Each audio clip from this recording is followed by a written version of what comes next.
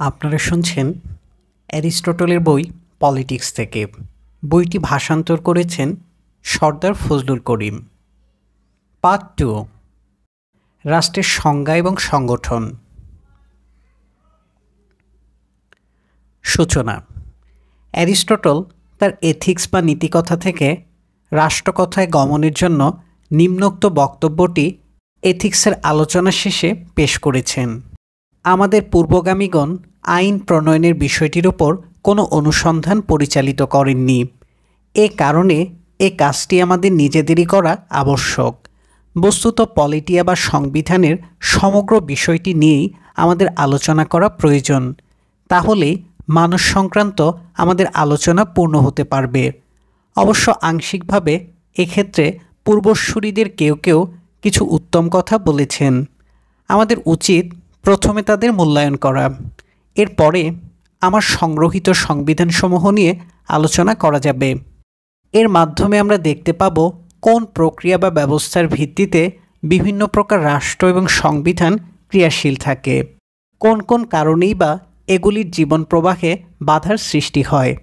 তাছাড়া কোন রাষ্ট্র যে উত্তম রূপে শাসিত হয় এবং কোন রাষ্ট্রে যে উত্তম শাসনের অভাব ঘটে তার কারণ কী, তাও আমরা এ আলোচনায় দেখতে পাব। এই সমস্ত বিষয়ের আলোচনা যখন শেষ হবে তখন হয়তো আমরা অধিকতর সঠিকতার সঙ্গে বলতে পারব কোন সংবিধান বা রাষ্ট্র সর্বোত্তম, সকল প্রকার রাষ্ট্র ব্যবস্থার মূল বৈশিষ্ট্য কী, এদের প্রতিষ্ঠিত আইন এবং নীতিসমূহই বা কী। প্রথম অধ্যায়, রাষ্ট্রের সংজ্ঞা। আমাদের নিজেদের পর্যবেক্ষণ এইরূপ সাক্ষ্য দেয় যে প্রত্যেকটি রাষ্ট্র হচ্ছে কোনো উত্তম উদ্দেশ্য সাধনের জন্য মানুষের সমবায়ে গঠিত একটি সংস্থা। আমি উত্তম কথাটি ব্যবহার করেছি, কারণ মানুষ তাদের কর্মকাণ্ডে বস্তুত তাকেই সাধন করার চেষ্টা করে যাকে তারা উত্তম বলে বিবেচনা করে। এ থেকে এটা পরিষ্কার যে সংস্থা মাত্রেরই লক্ষ্য যেখানে কোনো উত্তমকে সাধন করা, সেখানে যে সংস্থা সকল সংস্থার সেরা এবং অপর সকল সংস্থা যে সংস্থার অন্তর্ভুক্ত, সে সংস্থার লক্ষ্য হচ্ছে চরম উত্তমের সাধন। এইরূপ সংস্থাকে আমরা রাষ্ট্র বলে অভিহিত করি এবং এইরূপ সংস্থাকে আমরা রাজনৈতিক বলে বিবেচনা করি। অনেকে এইরূপ মনে করেন যে রাষ্ট্রের ক্ষেত্রে শাসক এবং শাসিতের মধ্যে, রাজা এবং প্রজার মধ্যে, পরিবারের কর্তা এবং পরিবারের মধ্যে কোনো বৈশিষ্ট্য বা পার্থক্যের অস্তিত্ব নেই। কিন্তু এইরূপ ধারণা ভ্রান্ত। এদের মধ্যে আকারগত পার্থক্য অবশ্য বিদ্যমান, কিন্তু আকারগত পার্থক্যই একমাত্র পার্থক্য নয়, কিংবা আকারই এখানে বিচারের নিয়ামক নয়। কারণ এইরূপ আমরা বলতে পারি না যে লোকের সংখ্যা কয়টি হলে দাসপ্রভুর সম্পর্কটি তৈরি হয় এবং তার চেয়ে অধিক হলে পরিবারের সৃষ্টি হয় এবং তার চেয়েও অধিকে রাজা প্রজার সম্পর্ক কিংবা বলা চলে একটি রাষ্ট্র সংস্থার সৃষ্টি হয়ে যায়। এ থেকে ধারণাটি এই হয় যেন একটি বৃহৎ পরিবার এবং একটি ক্ষুদ্র নগর রাষ্ট্র, এ দুয়ের মধ্যে কোনো পার্থক্য নেই, অথচ রাজা প্রজার সম্পর্কটি যথার্থই পৃথক। এইটি একটি রাজনৈতিক বা শাসনগত সম্পর্ক। এখানে একটি নাগরিক সংস্থার পার্থক্য বিদ্যমান।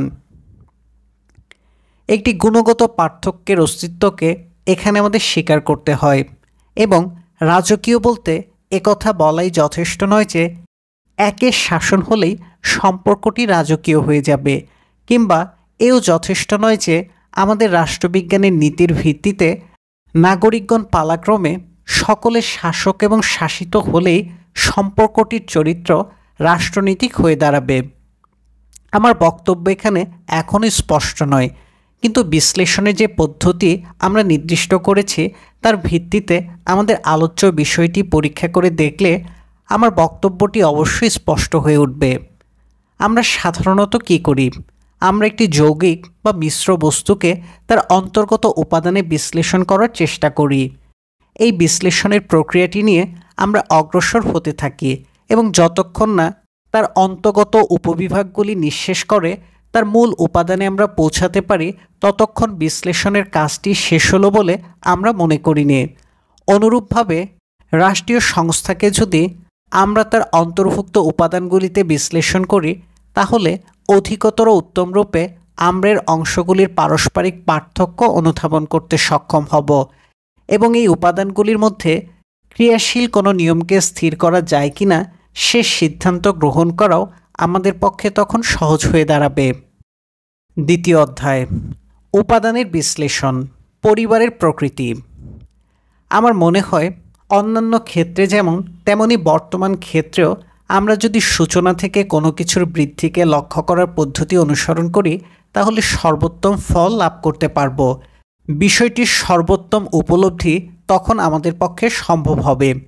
এখানে প্রথম কথা হচ্ছে, 1. যেখানে অপর ব্যতিরেকে নিষ্ফল, সেখানে উভয়কে পরস্পরের সঙ্গে মিলিত হতে হবে। দৃষ্টান্ত হিসেবে আমরা বলতে পারি, জীবন সৃষ্টির জন্য স্ত্রী এবং পুরুষের মিলন অত্যাবশ্যক, কারণ জীবন সৃষ্টির ক্ষেত্রে এই দুয়ের এক অপর ব্যতিরেকে নিষ্ফল। এবং এই মিলন যে কেবল অত্যাবশ্যক তাই নয়, এ মিলন অনিবার্য। এখানে কোনো গত্যন্তর নেই, এটা প্রকৃতির বিধান। প্রজাতি সৃষ্টির জন্য মানুষ, পশু এবং উদ্ভিদ সকলের মধ্যে প্রকৃতি মিলনেরই অনিবার্য কামনা বপন করে দিয়েছে। ঠিক অনুরূপভাবে শাসক এবং শাসিতের মিলনেরও আবশ্যকতা রয়েছে। শাসক শাসিতের মিলনের লক্ষ্য হচ্ছে উভয়ের মঙ্গল সাধন, কারণ শাসক এবং প্রভুকে, শাসক এবং প্রভু হচ্ছে সে যে তার বুদ্ধির শক্তিতে প্রয়োজনীয়কে পূর্ব থেকে অনুধাবন করতে পারে। আবার শাসিত এবং দাস বলবো আমরা তাকে, যে তার দেহের শক্তিতে সেই প্রয়োজনকে নিষ্পন্ন করতে পারে। কাজেই শাসক এবং শাসিত, প্রভু এবং দাস, এই দুয়ের মধ্যে স্বার্থের সাযুজ্য যে বিদ্যমান তা বুঝতে আমাদের কষ্ট হয় না। প্রকৃতি স্ত্রী এবং দাস এই দুয়ের মধ্যেও পার্থক্য সৃষ্টি করেছে, কারণ কর্ম থেকে কর্মের পার্থক্য প্রকৃতির স্বীকৃত পার্থক্য। ডেলফি দেবীর ছুরিকা বহুমুখী হতে পারে, কিন্তু প্রকৃতি মানুষকে বহুমুখী ডেলফি ছুরিকা করে তৈরি করেননি। প্রতিটি কার্যের জন্য উপযুক্ত হাতিয়ার প্রকৃতি নির্মাণ করেছে এবং এই ক্ষেত্রে প্রকৃতি অকৃপণভাবে হাতিয়ারের প্রকার সৃষ্টি করেছে এবং এ কারণে প্রকৃতির বিধানে যার কর্ম যা, সেইমাত্র তাকে সর্বোত্তম রূপে সাধন করতে পারে। কাজেই কোনো হাতিয়ারকে একাধিক কর্মে নয়, তার উপযুক্ত কর্ম সম্পাদনে নিযুক্ত করা শ্রেয়। নারী এবং দাস এদেরও কর্মের ভিন্নতা রয়েছে, কিন্তু এমন সব অগ্রীসীয় সম্প্রদায় সৃষ্ট হয় যারা এই দুয়ের কর্মের ভিন্নতা উপলব্ধি করতে অক্ষম। তারা নারী এবং দাস উভয়কে এক স্তরে নির্দিষ্ট করে। এর কারণ এদের মধ্যে এমন কোন অংশকে আমরা পাইনে প্রকৃতি যাদেরকে শাসনের কিংবা আদেশদানের ক্ষমতা দিয়ে সৃষ্টি করেছে। আসলে এদের সমাজ কেবল দাসের সমাজ, পুরুষ এবং নারী দাসের সমাজ। আর এ কারণেই আমাদের কবিরা বলেছেন, হেলেনীয়গণ বর্বরদের উপর প্রভুত্ব করবে, এটাই স্বাভাবিক। কবিরা এখানে দাস এবং বর্বর উভয়ের প্রকৃতিকে এক বলে গণ্য করেছেন। এবার পরিবারের গঠনের কথায় আসা যাক। নারী এবং দাসের কথা আমরা বলেছি। নারী এবং দাস এবং পুরুষ এই তিনের সমন্বয় বা মিলন যখন সংগঠিত হলো, প্রথম পরিবার তখন সৃষ্টি হলো। এবং এ কারণে কবি হিসিয়র যখন বলেন, প্রথমে প্রয়োজন একটি গৃহের এবং স্ত্রীর এবং লাঙ্গলটাকে টানার জন্য একটা বলদের, তখন তিনি সত্য কথাই বলেন। এখানে বলদি হচ্ছে দরিদ্র কৃষকের দাস। প্রকৃতির বিধানের ভিত্তিতে মানুষের এই সম্মিলন যখন কালের বুকে স্থায়িত্ব পেতে থাকে, তখন পরিবারের উদ্ভব ঘটে। আইনদাতা চরণান্দাজ এই গৃহ কিংবা পরিবারের সদস্যদের আহারের সঙ্গী বলে অভিহিত করেছেন। ক্রিটের এপিমিনাইডিস এদের বলেছেন নির্ভরযোগ্য সঙ্গী। এর পরবর্তী স্তর হচ্ছে গ্রামের স্তর। প্রতিদিনকার প্রয়োজনের অতিরিক্ত প্রয়োজন পূরণের উদ্দেশ্যে একাধিক পরিবারের যখন সম্মিলন ঘটল, তখন সৃষ্টি হলো গ্রামের। প্রকৃতির নিয়মেই এই বিকাশ সাধিত হয়। পরিবারের পুত্র পৌত্রগণ যখন সংখ্যায় বৃদ্ধিপ্রাপ্ত হয়ে তাদের মূল পরিবারকে অতিক্রম করে, তখন নতুন পরিবারের পত্তন করে তখন এরূপ গ্রামের উদ্ভব ঘটে। এরূপ গ্রামের সদস্যদের এই জন্য অনেকেই একই স্তন্যের সন্তান বলে অভিহিত করেন। গঠনের এই বৈশিষ্ট্যের কারণে অতীতে গ্রামের শাসন ব্যবস্থা অনিবার্য রূপে ছিল রাজকীয়। নগর রাষ্ট্রগুলিও গোড়ার দিকে রাজকীয় শাসনের অধীনে ছিল, কারণ পরিবারের শাসক হচ্ছে পরিবারের প্রধান। পরিবারের প্রধান রাজার মতোই পরিবারকে শাসন করে। আবার পরিবারের শাখা প্রশাখাগুলিও রক্তের সম্পর্কের কারণে একই রূপে শাসিত হয়। হোমারের মধ্যে এই পিতৃতান্ত্রিক শাসনের উল্লেখ পাওয়া যায়। হোমার বলেছেন, সন্তান এবং স্ত্রীর উপর কর্তৃত্ব হচ্ছে পুরুষের, কিন্তু হোমার এখানে পরস্পর বিচ্ছিন্ন পরিবারের উল্লেখ করেছেন, একাধিক পরিবার সমন্বিত গ্রামের নয়। কারণ আদিম অবস্থায় মানুষের সংগঠনের প্রধান রূপ ছিল বিচ্ছিন্ন জনবসতির রূপ। এই কারণে দেবতাদের রাজ্যেও রাজকীয় শাসনের কথাই মানুষ কল্পনা করেছে। রাজার শাসন মানুষের মধ্যে এখনও যে অবশিষ্ট নেই তা নয়। এখনও অনেক মানুষ রাজার শাসনে শাসিত। মানুষ মনে করে দেবতাদের আকার মানুষের মতো, সুতরাং তাদের জীবন প্রণালীও মানুষের মতো।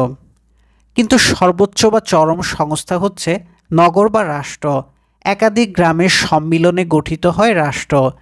বিকাশের যে ধারার আমরা বর্ণনা করেছি তাতে বলা চলে রাষ্ট্রে এই বিকাশের সমাপ্তি ঘটেছে। স্বয়ংসম্পূর্ণতার বৈশিষ্ট্য এবার অর্জিত হয়েছে। এর সূচনা ঘটেছিল জীবন ধারণের উপায় হিসেবে, কিন্তু কেবল জীবন ধারণ নয়, মানুষ এবার রাষ্ট্রের মধ্যে উত্তম জীবনযাপন করার ক্ষমতা অর্জন করেছে। কাজে আমরা বলতে পারি প্রকৃতিগতভাবে যেই সকল সংস্থা থেকে রাষ্ট্রের উদ্ভব ঘটেছে, রাষ্ট্র তাদের মতোই প্রাকৃতিক বা স্বাভাবিক। পূর্ববর্তী সকল সংগঠনের পরিণতি হচ্ছে রাষ্ট্র, এবং তাদের স্বভাব হচ্ছে রাষ্ট্রের রূপ গ্রহণ করা। এদের লক্ষ্য হচ্ছে রাষ্ট্রের পরিণতি লাভ করা। এদের লক্ষ্যই হচ্ছে এদের স্বভাব। কারণ কোনো কিছুর স্বভাব বলতে আমরা কি বুঝি? কোনো কিছুর স্বভাব বা প্রকৃতি বলতে আমরা তার চরম পরিণাম বা বিকাশ বুঝি।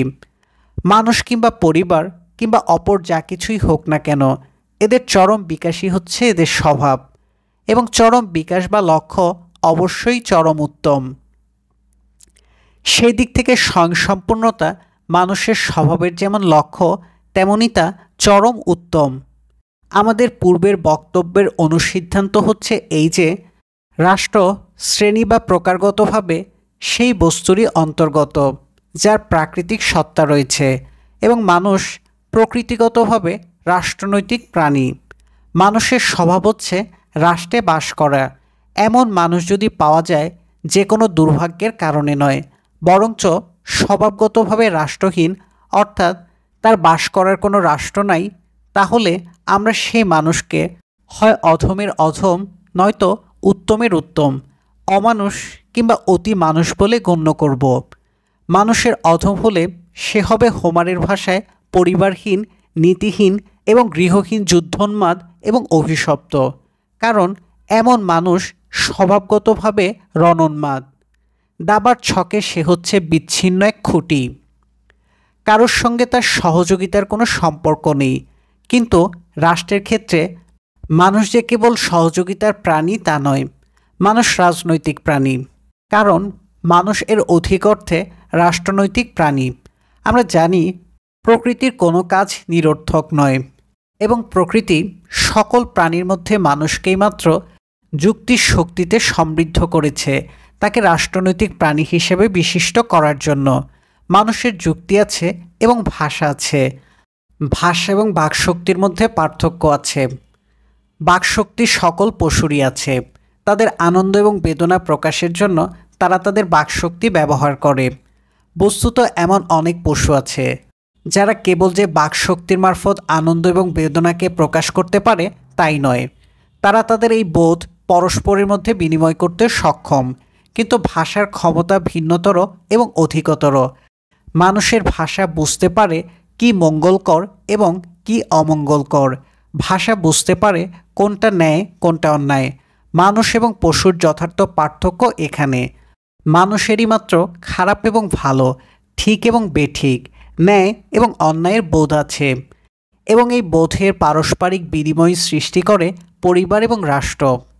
তাছাড়া রাষ্ট্র যে কেবল পরিণাম তা নয়, পরিবার এবং ব্যক্তির পূর্বগামীও হচ্ছে রাষ্ট্র। কারণ সমগ্র হচ্ছে অংশের পুরোগামী, সমগ্রের মধ্যেই অংশের অস্তিত্ব। দেহ থেকে হাত কিংবা পা বিচ্ছিন্ন করলে যথার্থভাবে সে আর হাত কিংবা পা থাকে না, তখন সে নামে মাত্র হাত কিংবা পা। যেমন পাথর কেটেও আমরা হাত কিংবা পা তৈরি করতে পারি, কিন্তু যে কর্মের ভিত্তিতে হাত এবং পা বলে স্বীকৃত, দেহ বিচ্ছিন্ন কিংবা পাথুরে হাতের সে কর্মক্ষমতা নাই। কাজেই এমন অবস্থায় এই শব্দের ব্যবহার করলেও আমরা বলতে পারি না যে আমরা একই বস্তু সম্পর্কে কথা বলছি। কাজেই এটা স্পষ্ট যে রাষ্ট্র যেমন স্বাভাবিক বা প্রাকৃতিক, তেমনি সে ব্যক্তির পুরোগামী। কারণ রাষ্ট্রের বাইরে বিচ্ছিন্নভাবে ব্যক্তির স্বয়ংসম্পূর্ণতা যখন আর রক্ষিত হতে পারে না, তখন সমগ্রের সঙ্গে অংশের যে সম্পর্ক বিদ্যমান, রাষ্ট্রের সঙ্গেও অংশরূপে ব্যক্তির সেই সম্পর্ক বিদ্যমান। আর এ কারণে যে সংস্থাকে আমরা রাষ্ট্র বলেছি, তার গঠনে মূলত পশুর ন্যায় যে অংশগ্রহণে অক্ষম কিংবা দেবতার মতো যার রাষ্ট্রের কোনো প্রয়োজনীয়তা নাই, সে পরিপূর্ণরূপে স্বাধীন, সে রাষ্ট্রের আদৌ অংশ নয়। আমরা বলবো সকল মানুষের মধ্যেই রাষ্ট্রের এই অংশীদারিত্বের একটি স্বাভাবিক আবেগ বিদ্যমান, এবং যে ব্যক্তি প্রথম রাষ্ট্রকে গঠন করেছে সে অবশ্যই মানবজাতির প্রভূত উপকার সাধন করেছে, এবং এই জন্য সে কৃতিত্বের দাবিদার। কারণ প্রাণী হিসেবে বিকাশের চরমে মানুষ যেমন সর্বশ্রেষ্ঠ, তেমনি আইন ও নীতিহীন অবস্থাতে সে সবচাইতে অধম। সশস্ত্র বর্বরতার মোকাবেলা করা সবচাইতে কঠিন। জন্ম থেকে মানুষ বুদ্ধিমান, বুদ্ধি তার অস্ত্র, কিন্তু একে যেমন সে ন্যায়ের পক্ষে ব্যবহার করতে পারে, তেমনি তাকে ব্যবহার করতে পারে সর্বাধিক অন্যায় সাধন করার জন্য। ন্যায় এবং উত্তমের বোধশূন্য মানুষ দানবের অধিক, সে বর্বরের অধম, সে চরম অন্যায়কারী, সে যৌন আচরণে বল্গাহীন, সে ভোজনে উদর সর্বস্ব। কাজেই রাষ্ট্রের ন্যায় আবশ্যক, কারণ রাষ্ট্রনৈতিক সহযোগিতা ন্যায়ের ভিত্তিতেই মাত্র সম্ভব। ন্যায়ের ভিত্তিতে আমরা করণীয় এবং অকরণীয় নির্দিষ্ট করতে পারি। তৃতীয় অধ্যায়, প্রভু এবং দাসের সম্পর্ক, দাসত্বের সংজ্ঞা। রাষ্ট্রের উপাদানসমূহ কী তা আমরা ব্যাখ্যা করেছি, এবং পরিবার এই উপাদানেরই অন্তর্গত। এবার তাহলে পরিবারের অর্থনীতি নিয়ে আমাদের আলোচনা শুরু করা আবশ্যক। এই বিষয়টিকে অবশ্য আমরা এর অংশের মধ্যে বিভক্ত করতে পারি। একথা বলা যায়, একটি পূর্ণ পরিবার দুটি অংশ নিয়ে তৈরি। একটি হচ্ছে পরিবারের স্বাধীন সদস্য এবং অপরটি দাস। কিন্তু যে বিশ্লেষণী পদ্ধতি আমরা অনুসরণ করছি, সে পদ্ধতি অনুযায়ী একটি সমগ্রের ক্ষুদ্রতম অংশকেও আমাদের পরীক্ষা করা কর্তব্য। একটি পরিবারের ক্ষুদ্রতম উপাদান হিসেবে তিনটি সম্পর্কের আমরা সাক্ষাৎ পাই। এদের একটি হচ্ছে প্রভু এবং দাসের সম্পর্ক, অপরটি স্বামী এবং স্ত্রীর সম্পর্ক, তৃতীয়টি পিতা এবং সন্তানের সম্পর্ক। আমাদের প্রশ্ন হচ্ছে এই তিনটি সম্পর্কের কোনটির বৈশিষ্ট্য কী? এক্ষেত্রে আমরা দেখি প্রথম সম্পর্কটিকে স্বৈরতান্ত্রিক বলে অভিহিত করা হয়। বাকি দুটির একটিকে আমরা বলতে পারি বৈবাহিক এবং অপরটিকে পিতৃগত। এর অধিক নির্দিষ্ট কোনো শব্দ আমাদের হাতে নেই যা দিয়ে এই সম্পর্ক আমরা ব্যাখ্যা করতে পারি। পরিবারেরই তিনটি উপাদান অর্থাৎ প্রভু দাস, স্বামী স্ত্রী এবং পিতা সন্তান অবশ্য স্বীকার্য, কিন্তু চতুর্থ অপর একটি উপাদানকেও আমরা অস্বীকার করতে পারি না। কারণ এটি যে কেবল গুরুত্বপূর্ণ তাই নয়, এটিকেই অনেকে পরিবারের প্রধান উপাদান বলে গণ্য করেন। আমি পরিবারের অর্থনৈতিক কার্যক্রমের উল্লেখ করতে চাচ্ছি। এই উপাদানটিকে সাধারণত এই নামেই অভিহিত করা হয়। প্রথমে প্রভু এবং দাসের সম্পর্কটি বিচার করে দেখা যাক। পরিবারের ক্ষেত্রে সম্পর্ক কোন অপরিহার্য প্রয়োজন সাধন করে? যে সমস্ত ধারণার ভিত্তিতে বিষয়টি সাধারণত আলোচিত হয়, আমাদের কর্তব্য হচ্ছে বিষয়টির সম্যক উপলব্ধির জন্য তার চেয়ে উত্তম কোনো উপায়কে নির্দিষ্ট করা। দৃষ্টান্তস্বরূপ বলা যায়, অনেকে আছেন যারা মনে করেন প্রভু হওয়ার জন্য একটা বিশেষ গুণ বা দক্ষতা আবশ্যক। তাদের মতে এ দক্ষতা হচ্ছে পরিবার পরিচালনার অনুরূপ দক্ষতা, কিংবা বলা চলে এ গুণ হচ্ছে রাজনীতিক অথবা রাজা হওয়ার গুণ। কিন্তু এটি একটি ভুল ধারণা। এই বিষয়ে আমরা প্রথমেই উল্লেখ করেছি। আবার অনেকে আছেন যারা মনে করেন দাসের উপর প্রভুর ন্যায় শাসন করা প্রকৃতি বিরুদ্ধ। তাদের মতে দাস এবং প্রভুর পার্থক্য একটি কৃত্রিম পার্থক্য, কারণ প্রকৃতির মধ্যে এইরূপ কোনো পার্থক্যের অস্তিত্ব নেই। এইরূপ শাসনের ভিত্তি হচ্ছে জবরদস্তি, এবং এ কারণে এ শাসন অন্যায়। চতুর্থ অধ্যায়, সম্পদ সম্পর্কে সম্পদের প্রকার। এবার সম্পদের কথাতে আসা যাক। সম্পদ পরিবার বা গৃহের একটি অংশ, এবং সম্পদের সংগ্রহ পারিবারিক অর্থনীতির একটি অংশ। জীবন ধারণ বলি কিংবা উত্তম জীবনযাপন বলি, এর কোনোটি ন্যূনতম পরিমাণ সম্পদ বা অর্থের যোগান ব্যতীত সম্ভব নয়।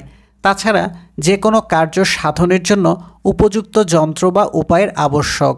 যন্ত্র অবশ্য দুরকমের হতে পারে, সজীব যন্ত্র এবং অজীব যন্ত্র। একটি নৌযানের নাবিক যেমন একটি অজীব হালকে ব্যবহার করে, তেমনি তাকে ব্যবহার করতে হয় দিক নিরীক্ষণকারী সজীব মানুষকে। এক্ষেত্রে মানুষও যন্ত্র, কারণ কোনো কিছু উৎপাদনের ক্ষেত্রে একজন মজুরও একটি যন্ত্র বা হাতিয়ার, উৎপাদনের হাতিয়ার। কাজেই সম্পদ বা অর্থের যে কোনো উপাদানকেই জীবনযাপনের দিক থেকে যন্ত্র বলা চলে, কারণ এর মাধ্যমে আমরা জীবন ধারণ করি। আরেক দিক থেকে সম্পদ বলতে আমরা জীবনযাপনের উপায়ের সমষ্টিকে বুঝাবো। জীবনযাপনের উপায়ের সমষ্টির মধ্যে দাসও অন্তর্ভুক্ত, এবং দাস যেহেতু যে কোনো ভৃত্যের ন্যায় একজন মানুষ, সে কারণে সে একটি নয়, বরঞ্চ একাধিক যন্ত্রেরই সমান। কারণ যদি এমন হতো যে আমাদের যন্ত্রগুলি আমাদের নির্দেশে কিংবা আপন বোধের ভিত্তিতে নিজ নিজ কার্য সম্পাদনে সক্ষম, যেমন সক্ষম ছিল ডিডালাসের তৈরি প্রস্তর মূর্তিগুলি কিংবা হিপাস্টাসের সেই ত্রিপদ সরঞ্জাম, যেগুলি স্বয়ং চালিত হয়ে সম্মেলন ক্ষেত্রে উপস্থিত হতে সক্ষম ছিল, অথবা এমন যদি হতো যে আমাদের বস্ত্রবয়নের তাঁতের মাকুগুলি নিজের ইচ্ছাতেই এদিক থেকে ওদিক দৌড়ে যেয়ে কাপড় বোনার কাজটি সমাধা করতে পারত, এবং আমাদের বীণার তারগুলির সঞ্চালক নিজে থেকে সঞ্চালিত হয়ে বীণার ঝংকার তুলতে পারত, তাহলে অবশ্যই বয়নযন্ত্রের জন্য আমাদের কোনো মজুরের আবশ্যক হতো না, এবং প্রভুর কোনো দাসেরও প্রয়োজন হতো না। ডিডালাস, গ্রিক উপন্যাসে বর্ণিত বিখ্যাত শিল্পী। সাধারণ অর্থে একটি যন্ত্র বা হাতিয়ারকে আমরা বলতে পারি উৎপাদনকারী হাতিয়ার, অন্য কথায় উৎপাদনের হাতিয়ার। হাতিয়ারের আবশ্যক দ্রব্য উৎপাদনের জন্য, কিন্তু যাকে আমরা বলি সম্পত্তি বা সম্পদ, সে উৎপাদিত, অর্থাৎ সে নিজেই প্রয়োজনীয়। কথাটির ব্যাখ্যা আবশ্যক। আমি বলতে চাচ্ছি, একটি মাকু তার নিজের অস্তিত্বের বাইরে অপর একটি বস্তুকে তৈরি করে, কিন্তু একটি তক্তপোষ কিংবা একটি পরিচ্ছদ নিজের অস্তিত্বের বাইরে অপর কোনো বস্তু উৎপাদন করে না। আবার উৎপাদন এবং কর্মসম্পাদন এ দুয়েরই হাতিয়ার আবশ্যক বটে। তবু এদের মধ্যে যেহেতু একটা চারিত্রগত পার্থক্য বিদ্যমান, সে কারণে এদের প্রয়োজনীয় হাতিয়ারের মধ্যেও চরিত্রগত পার্থক্য রয়েছে। উৎপাদনের উৎপাদনী হাতিয়ার এবং সম্পদের সম্পাদনী হাতিয়ার। এই দিক থেকে আমরা জীবনকে কার্য সম্পাদক বলে বিবেচনা করব, উৎপাদক হিসেবে নয়। এবং দাস আমাদের সম্পদ এই হিসেবে যে সে কর্ম সম্পাদনী হাতিয়ার, উৎপাদনী নয়। আমাদের গৃহের আসবাবপত্রকে আমরা গৃহের অংশ বলে অভিহিত করি, কারণ যে অংশ সে কেবল কোনো কিছুর অংশমাত্র নয়, সে পরিপূর্ণরূপে অপরের অঙ্গীভূত। কাজেই একজন দাস যে কেবল তার প্রভুর দাস তাই নয়, যে দাস সে পরিপূর্ণরূপেই তার প্রভুর সম্পত্তি। অপরদিকে যে প্রভু সে তার দাসের প্রভু বটে, কিন্তু তাই বলে সে তার দাসের অংশ নয়। অর্থাৎ দাস প্রভুর বটে, কিন্তু প্রভু দাসের নয়।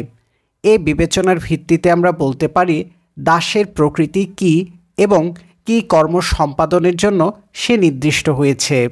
আমরা বলতে পারি যে মানুষ প্রকৃতিগতভাবে নিজের প্রভু নয়, অপরে যার প্রভু, অর্থাৎ অপরের মধ্যে যার অস্তিত্ব নিহিত, সে মানুষ প্রকৃতিগতভাবে একজন দাস। এবং একজন মানুষ যখন অপর একজন মানুষের অস্তিত্বে নিহিত তখন সে গৃহের দ্রব্য সামগ্রীর অন্তর্গত। অন্য কথায় সে একটি যন্ত্র কিংবা হাতিয়ার। হাতিয়ারটির অস্তিত্ব আছে এ কথা ঠিক, কিন্তু সে অস্তিত্ব জীবন ধারণের উপায় হিসাবে মাত্র। পঞ্চম অধ্যায়, প্রকৃতিগতভাবে কে দাস কে প্রভু। কিন্তু যথার্থই প্রকৃতিগতভাবে কোনো মানুষ এইরূপ কিনা এবং একজন মানুষ অপর একজন মানুষের দাস, এটি উত্তম এবং ন্যায়সঙ্গত কিনা, কিংবা সমস্ত রকম দাসত্বকে প্রকৃতি বিরুদ্ধ বলে আমাদের বিবেচনা করা উচিত, এই প্রশ্নগুলির অবশ্যই আলোচনা আবশ্যক।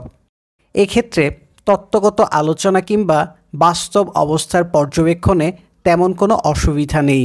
নীতিগতভাবে কেবল এই বক্তব্যের কোনো আপত্তি হতে পারে না যে কারোর আদেশ দান করা উচিত এবং অপর কারোর আদেশ অমান্য করা উচিত। এটা যেমন প্রয়োজনীয় তেমনি সুবিধাজনকও। বস্তুত কতগুলি সৃষ্টি জন্ম থেকেই এভাবে বিভক্ত। এদের এক অংশ শাসনের জন্য, অপর অংশ শাসিত হওয়ার জন্য নির্দিষ্ট। শাসক শাসিতের এই সম্পর্কটি বিভিন্ন প্রকারের হতে পারে। এ ঘটনার সাক্ষাৎ আমরা সর্বত্রই পেতে পারি, যেমন যেখানেই একাধিকের সংযোগ ঘটে এবং এই সংযোগ ক্রমিক কিংবা ক্রমহীন যাই হোক না কেন, এবং যে সংযোগের মাধ্যমে একটি ঐক্যসূত্রের সৃষ্টি হয়, সেখানেই শাসক শাসিতের সম্পর্কটির প্রকাশ দেখা যায়। জীবনের প্রকৃতির কারণেই এর উদ্ভব। সজীব প্রাণীর প্রথম সংগঠন হচ্ছে মন এবং দেহের ভিত্তিতে। এখানে প্রথমটি হচ্ছে শাসক, দ্বিতীয়টি শাসিত। যে বিষয় নির্ভর করে তার প্রকৃতিগত বুদ্ধির উপর, সে বিষয়ে আমাদের সিদ্ধান্তের ভিত্তি হবে প্রকৃতির স্বভাবের দৃষ্টান্ত, তার ব্যতিক্রম কিংবা বিকারের দৃষ্টান্ত নয়। সুতরাং মন শাসক এবং দেহ শাসিত, কথা বলতেও আমরা নির্ভর করব মানসিক এবং দৈহিকভাবে একজন সুস্থ মানুষের উপর, অর্থাৎ যে মানুষের মধ্যে দেহের উপর মনের শাসন সুস্পষ্ট। এর বিপরীত, অর্থাৎ মনের উপর দেহের শাসন সংঘটিত হয় অধম মানুষ কিংবা অধম অবস্থার মানুষের মধ্যে। সে যাই হোক, আমার বক্তব্য হচ্ছে জীবিত প্রাণীর মধ্যেই শাসনের এই নীতির প্রথম কার্যকারিতার সাক্ষাৎ পাই। বস্তুত দাসের উপর প্রভুর নিরঙ্কুশ শাসন এবং নিয়মগত শাসন, এই উভয় প্রকার শাসনের সাক্ষাৎই জীবিত প্রাণীর মধ্যে পাওয়া যায়। দেহের উপর মনের শাসন হচ্ছে নিরঙ্কুশ বা একচ্ছত্র শাসন, এবং প্রবৃত্তির উপর প্রজ্ঞার শাসন হচ্ছে নিয়ম বা বিধানগত শাসন। এ সমস্ত দৃষ্টান্ত থেকে এটি পরিষ্কার যে দেহের উপর মনের শাসন কিংবা আমাদের স্বভাবের যে অংশে আবেগের প্রাবল্য, তার উপর যে অংশে যুক্তির প্রাবল্য তার, অর্থাৎ বুদ্ধির শাসন যেমন স্বাভাবিক তেমনি কল্যাণকর। এর বিপরীত কিংবা দুয়ের মধ্যে কোনো সম অবস্থা বিরাজ করলে সর্বত্রভাবেই মারাত্মক হতো। মানুষ এবং পশুর সম্পর্কের ক্ষেত্রেও কথাটি সত্য, কারণ দেখা যায় বাধ্য পশু চরিত্রগতভাবে বন্য পশুর চেয়ে উত্তম, এবং তাদের পক্ষে মানুষ দ্বারা শাসিত হয় মঙ্গলকর, কারণ এ শাসন তাদের নিরাপত্তা প্রদান করে। আবার পুরুষ এবং মেয়ের মধ্যে প্রথমোক্ত প্রকৃতিগতভাবে উত্তম এবং শাসক, দ্বিতীয়োক্ত প্রকৃতিগতভাবে অধম এবং শাসিত। সমগ্র মানবজাতির ক্ষেত্রেই একথা সত্য। সুতরাং আমরা বলতে পারি দুই শ্রেণীর মানুষের মধ্যে যেখানে মন এবং দেহ কিংবা মানুষ এবং পশুর মধ্যকার ব্যবধানের ন্যায় বিরাট ব্যবধান বিদ্যমান, সেখানে দুয়ের মধ্যে যে অধম, অর্থাৎ যাদের সব করণীয় তাদের দেহ ব্যবহারের মধ্যে সীমাবদ্ধ, এবং এর চেয়ে অধিকতর উত্তম যাদের কাছে আশা করা যায় না, তারাই হচ্ছে প্রকৃতিগতভাবে দাস। এবং অন্যান্য ক্ষেত্রে আমরা যেরূপ বলেছি তেমনি এদের ক্ষেত্রেও শাসিত হয় উত্তম। অবশ্য শাসনের চরিত্র প্রধানত নির্ভর করে শাসিতের চরিত্রের উপর। মানুষের উপর শাসন পশুর উপর যে শাসন তার চেয়ে উন্নততর, কারণ উত্তম মানুষ যা উৎপন্ন করে কিংবা উত্তম মানুষ থেকে যা উৎপাদিত হয় তা একটি উত্তম সৃষ্টি। আর এক্ষেত্রে বলা যায় শাসক শাসিতের সম্পর্কটি এই সম্পর্কের মধ্যে বিজড়িত প্রথম মানুষ থেকেই সৃষ্টি। কাজেই প্রকৃতগত দাস হচ্ছে সে, অপরে যার মালিক হতে পারে এবং যার মালিক অপর এবং যার বুদ্ধিবোধের অধিক নয়, তাদের সেবা বোধশূন্য নিরুদ্যোগ সেবা। ব্যবহৃত হওয়ার ক্ষেত্রেও দাস এবং গৃহপালিত পশুর মধ্যে বিশেষ কোনো পার্থক্য নেই, কারণ উভয়ের দ্বারাই আমরা আমাদের দৈহিক প্রয়োজন পূরণ করি। এ কারণেই প্রকৃতি স্বাধীন নাগরিকের দেহ দাসের দেহ থেকে পৃথকভাবে গঠন করেছে। এই শোষক্তর দেহ যেখানে দৈহিক পরিশ্রমের উপযোগীভাবে শক্ত, প্রথমত সেখানে সেইরূপ কাজের অনুপযুক্ত এবং তার দেহ ঋজু।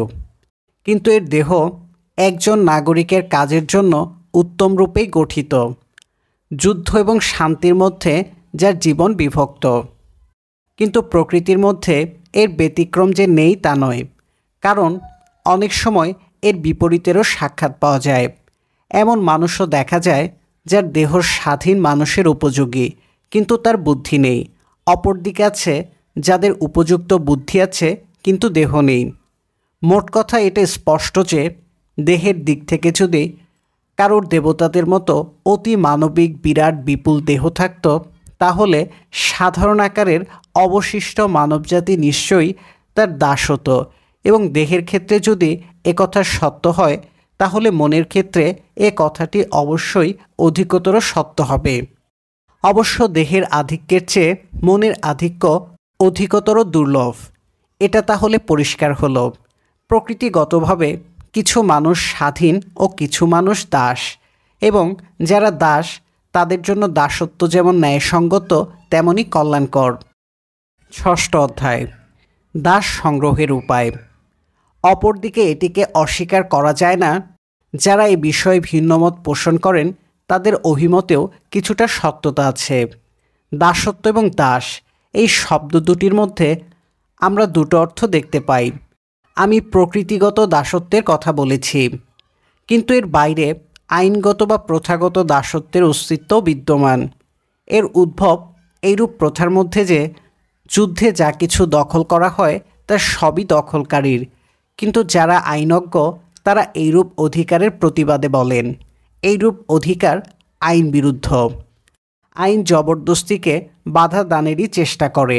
তারা বলেন জবরদস্তির নিকট পরাভূত দুর্বল শক্তিমানের সম্পত্তিতে পর্যবসিত হবে, এইরূপ অভিমত গ্রহণের অযোগ্য। আবার অনেকে আছেন যারা বিষয়টিতে কোনো অন্যায় আছে বলে মনে করেন না।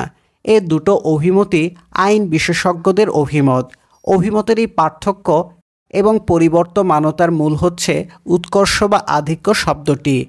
এক অর্থে এটা অবশ্য সত্য যে উন্মত্ততা কিংবা দক্ষতা যখন আদেশদানের অবস্থাপ্রাপ্ত হয় তখন সেই সর্বোত্তভাবে শক্তি প্রয়োগে সক্ষম, এবং যে বিজয়ী সে নিশ্চয়ই তার কোনো গুণের উত্তমতার কারণে বিজয়ী। কাজেই শক্তির কোনো উত্তমতা নেই এ কথা ঠিক নয়। আসলে মূল তর্কটি হচ্ছে ন্যায় কি তার উপর। অর্থাৎ এখানে এক পক্ষ বলছেন ন্যায়ের অর্থ হচ্ছে মানবতাবোধ, অপর পক্ষ বলছেন যে অধিকতর শক্তিমান সে শাসন করবে, এটাই হচ্ছে ন্যায়। এখানে কোনো আপোষ সম্ভব বলে আমি মনে করি নে। এক পক্ষের যুক্তি অপর পক্ষের নিকট বিশ্বাসযোগ্য এবং গ্রহণযোগ্য বলে বোধ হবে না। ফলে উত্তমেরই শাসনের অধিকার বলে আমরা যে নীতিটি গ্রহণ করেছি সেটি আমাদের অস্বীকার করতে হয়। অনেকে বলেন যুদ্ধে বন্দি করার যেহেতু আইন রয়েছে সে কারণে যুদ্ধে দাস করার মধ্যে ন্যায়সঙ্গতাও রয়েছে। অবশ্য এরা এ কথাটি যে সব সময়ে বলেন এমন নয়, কারণ সূচনাতে যুদ্ধ তো অন্যায় হতে পারে। আবার যে দাস হবার উপযোগী নয় তার উপর আমরা দাস শব্দটি ব্যবহার করতে পারি নে। তেমন হলে যুদ্ধে বন্দী এবং বিকৃত অতি উত্তম বংশজাত কোনো ব্যক্তি এবং তার সন্তানবর্গকেও আমাদের দাস বলে গণ্য করতে হবে। এ কারণে যুদ্ধের যুক্তির যারা বিরোধী তারা এইরূপ লোককে দাস বলে অভিহিত করতে চান না। দাস শব্দটি তারা কেবল বর্বরদের উপর প্রয়োগযোগ্য বলে মনে করেন, কিন্তু তাদের এইরূপ যুক্তির অর্থ হচ্ছে তারা আসলে প্রথাগত নয়, প্রকৃতিগত দাসত্বের একটি সংজ্ঞাদানের চেষ্টা করছেন। আমরা ওই উদ্দেশ্য নিয়ে আমাদের আলোচনা শুরু করেছিলাম। আমাদের প্রধান বক্তব্য ছিল মানুষের মধ্যে কিছু আছে যারা সর্বত্রই দাস এবং কিছু আছে যারা কোথাও দাস নয়। উত্তম জন্ম বা বংশের ক্ষেত্রেও আমরা একথা বলতে পারি। যারা অভিজাত তারা কেবল স্বগোত্রীয়দের মধ্যে নিজেদেরকে অভিজাত বলে বিবেচনা করে না, সর্বত্রই তারা নিজেদেরকে অভিজাত বলে দাবি করে। কিন্তু অগ্রীসীয়দের ক্ষেত্রে এইরূপ দাবির সার্বজনীনতা তারা স্বীকার করে না। অগ্রীসীয় কেবল অগ্রীসীয়দের মধ্যে অভিজাত হতে পারে। এর ফলে স্বাধীনতা এবং উত্তম জন্ম উভয়েরই দুটি প্রকার আমাদের নির্দিষ্ট করতে হয়। একটি শর্তহীন, অপরটি শর্তাধীন। কিন্তু এই শর্ত আরোপের মাধ্যমে এরা আসলে স্বাধীন ব্যক্তি এবং দাস, অভিজাত এবং অনভিজাত এদের পার্থক্যের ভিত্তি হিসেবে উত্তমতা এবং অধমতাকেই নির্দিষ্ট করতে চান। এদের যুক্তি হচ্ছে, মানুষ যেমন মানুষ থেকেই জাত হয়, পশু জাত হয় পশু থেকে, তেমনি উত্তম থেকেই জাত হয়। কিন্তু এই সত্যকে প্রকৃতির প্রবণতা বলে যদি আমরা স্বীকার করি, তবু একথাও সত্য যে প্রকৃতির এমন উদ্দেশ্য সবসময় বাস্তবায়িত না হতে পারে। তাহলে এটা পরিষ্কার যে এখানে মতামতের পার্থক্যের অবকাশ আছে। একথা বলা চলে না কিছু লোক প্রকৃতিগতভাবে দাস এবং কিছু লোক প্রকৃতিগতভাবে স্বাধীন। তেমনি এমন ক্ষেত্র আছে যেখানে দাস এবং স্বাধীন মানুষের মধ্যে যথার্থই পার্থক্য করা হয়, যেখানে কারোর পক্ষে দাস এবং কারোর পক্ষে প্রভু হওয়া যেমন প্রয়োজনীয় তেমনই ন্যায়সঙ্গত। কারণ শাসক ও শাসিত হওয়া যেমন প্রকৃতিগত গুণের উপর নির্ভর করে, তেমনি প্রভু এবং দাস হওয়াও প্রকৃতিগত গুণের উপর নির্ভর করে। প্রভু যদি প্রভুর ভূমিকা যথার্থভাবে পালনে অক্ষম হয়, তাহলে প্রভু এবং দাস উভয়েরই তাতে ক্ষতি সাধিত হয়। কারণ অংশ এবং সমগ্র, আত্মা এবং দেহ এদের স্বার্থ অভিন্ন। এদিক থেকে দাস প্রভুরই অংশ। দাস প্রভুর দেহের একটি সজীব এবং বিশিষ্ট অংশ। আর এ কারণে যেখানে প্রকৃতি একজনকে দাস এবং অপরকে প্রভু হিসেবে নির্দিষ্ট করেছে, সেখানে উভয়ের মধ্যে পারস্পরিক হৃদ্রতার সম্পর্ক থাকা উত্তম ফলদায়ক। কিন্তু শক্তি এবং প্রথার মাধ্যমে কাউকে দাস করার যে প্রশ্নটি নিয়ে আমরা আলোচনা করছি, সেখানে সম্পর্কটি যে থাকতে পারে না, সেটি আমাদের স্বীকার করতে হবে। থিওডাক্টিস রচিত একটি নাটকের চরিত্রে হেলেন বলেছে, পিতা এবং মাতা উভয়ত, যার বংশধারা দেবতার, সে আমাকে দাস বলে, এমন স্পর্ধাকার। অ্যারিস্টটল। সপ্তম অধ্যায়, দাসের উপর প্রভুর শাসন। তাহলে এই আলোচনা থেকে এই কথাটি পরিষ্কার হচ্ছে, দাসের উপর প্রভুর শাসন এবং রাজনৈতিক শাসন এই দুয়ের মধ্যে পার্থক্য আছে। সকল শাসন এক নয়। প্রকৃতিগতভাবেই দাসের শাসন থেকে স্বাধীন নাগরিকের উপর শাসন ভিন্নতর।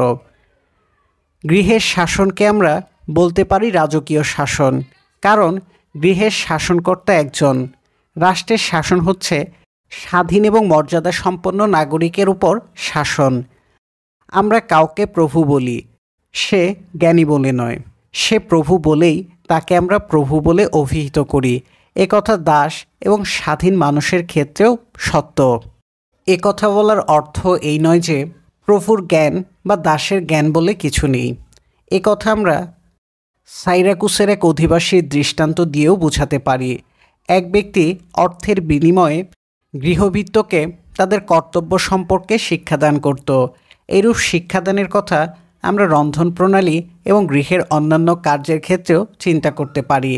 কারণ গৃহের প্রয়োজনীয় কাজ অনেক। এর মধ্যে কোনো কাজ কেবল দৈহিক, আবার কোনো কাজের মর্যাদা এর অধিক। প্রবাদেও বলে, ভৃত্যকে ভৃত্য হতে হবে, প্রভুকে প্রভু। কথাটির অর্থ হচ্ছে, দক্ষতার ক্ষেত্রে ভৃত্য যেমন ভৃত্য থেকে পৃথক হতে পারে, প্রভুও প্রভু থেকে পৃথক হতে পারে। ভৃত্য বা দাসের জ্ঞানের কথা ছেড়ে দিয়ে আমরা যদি প্রভুর জ্ঞানের কথা বলি, তাহলে দেখব প্রভু হিসেবে প্রভুর জ্ঞান নির্ভর করে তার দাসকে ব্যবহার করার দক্ষতার উপর। সে দাসের প্রভু কেবল দাস সংগ্রহ করার কারণে নয়, সে দাসের প্রভু দাসকে ব্যবহারের কারণে। তবে দাসকে ব্যবহার করার জ্ঞান যে খুব গুরুত্বপূর্ণ জ্ঞান, এমন আমরা মনে করি নে। এই জ্ঞানের যে বড় রকমের কোনো মর্যাদা আছে এমনও নয়। কারণ দাস পরিচালনার জ্ঞানের অর্থ হচ্ছে দাসের যা করণীয় সে করণীয় ক্ষেত্রে দাসের উপর নির্দেশ দেন। আর তাই যে প্রভু সঙ্গতি সম্পন্ন সে দাসের এইরূপ পরিচালনার জন্য কর্মচারী নিযুক্ত করে নিজের রাষ্ট্রনীতি বা দর্শনের বিষয়ে নিজেকে নিয়োজিত রাখে। অবশ্য দাস সংগ্রহ করার ব্যাপার এ থেকে ভিন্ন। দাস সংগ্রহের আদি এবং যথার্থ পদ্ধতি ছিল লুণ্ঠন এবং শিকার। অষ্টম অধ্যায়, সম্পদ সংগ্রহের উপায়। দাস হচ্ছে গৃহের সম্পদ বা সম্পত্তির অংশ। তাই যদি হয় তাহলে দাসের আলোচনা শেষ করে আমরা এই সম্পত্তির সংগ্রহ এবং অর্থ উপার্জনের বিষয়টি নিয়ে আলোচনা করতে পারি। এই আলোচনাতেও আমরা আমাদের নির্ধারিত বিশ্লেষণের পদ্ধতি অনুসরণ করব। এক্ষেত্রে প্রথম প্রশ্ন হচ্ছে, অর্থ উপার্জনকে আমরা কি বলবো?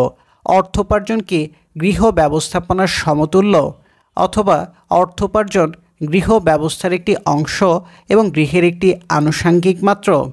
অর্থাৎ গৃহ বা পরিবারের দিক থেকে এ মুখ্য কিংবা গৌণ, এবং যদি গৌণ হয় তাহলে গৌণতা কি বস্ত্র বয়নের ক্ষেত্রে মাকু তৈরি কিংবা ভাস্করের মূর্তি তৈরির ক্ষেত্রে ধাতব খণ্ডের যে গৌণতা তার সমতুল্য? কারণ এ উভয় গৌণতাকে আমরা এক বলতে পারি নে। একটি যেখানে উৎপাদনের যন্ত্র, অপরটি সেখানে উপকরণ। উপকরণ কারণ পশম থেকে যেমন বয়নকারী বস্ত্র বয়ন করে, ধাতব খণ্ড থেকে তেমনি ভাস্কর মূর্তি গঠন করে। এখানে এটা পরিষ্কার যে গৃহের ব্যবস্থাপনা এবং অর্থ উপার্জন এক নয়, কারণ একটি কাজ যেখানে উপকরণের সরবরাহ, অপরটির কাজ সেখানে উপকরণের ব্যবহার।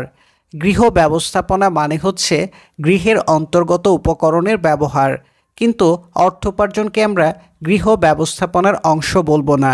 তাকে একটি ভিন্নতর কর্ম, অর্থাৎ কোনো উপায়ে সম্পদ এবং অর্থ সংগ্রহিত হতে পারে তা অনুসন্ধান করে দেখার ন্যায় কর্ম বলে অভিহিত করব। এই প্রশ্ন তর্ক সাপেক্ষ। এখানে অসুবিধা হচ্ছে এই যে সম্পদ এবং অর্থ এই পদগুলি সাধারণত খুব ব্যাপক অর্থে ব্যবহৃত হয়। এ কারণে এখানে প্রথম প্রশ্ন এই হতে পারে, কৃষিকার্যকে কি বলা হবে? কৃষিকার্য কি সম্পদ ব্যবস্থাপনার একটি অংশ, অথবা এই ভিন্ন প্রকৃতির এমন একটি কাজ যে কাজে কৃষি বলতে শস্য সংগ্রহ এবং সংরক্ষণ?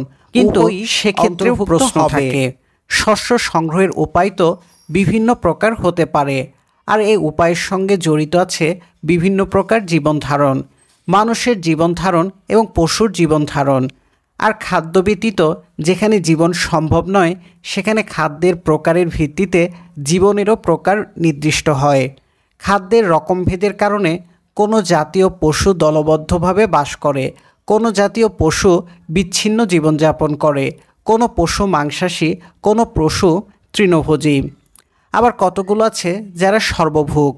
আর তাই এরা সকলেই যার যে খাদ্য তা যেন পেতে পারে সে উদ্দেশ্যে প্রকৃতি এদের জীবনধারণ প্রণালীতে বিভিন্নতা প্রদান করেছে। আবার পশুদের মধ্যে খাদ্যের রুচিতেও ভিন্নতা আছে। এ কারণে মাংসাশীদের মধ্যে যেমন, তৃণভোজীদের মধ্যেও তেমন জীবন প্রণালীর ভিন্নতা দেখা যায়। মানুষের ক্ষেত্রেও একথা সত্য। মানুষের মধ্যেও বিভিন্ন প্রকার জীবন প্রণালী আছে। প্রথমে যাযাবরদের কথা ধরা যাক। এদের প্রায় কোনো কাজ করার আবশ্যক হয় না, কারণ পোষণ করা পশুদের কাছ থেকে খুব সহজে এবং খুব কম পরিশ্রমে এরা জীবন ধারণের খাদ্য লাভ করতে পারে। কিন্তু পশুদের যখন নতুন চরণভূমিতে নিয়ে যেতে হয়, তখন মানুষকেও তাদের সঙ্গে যেতে হয়। ফলে এটা একটা চলন্ত চরণভূমির আকার ধারণ করে।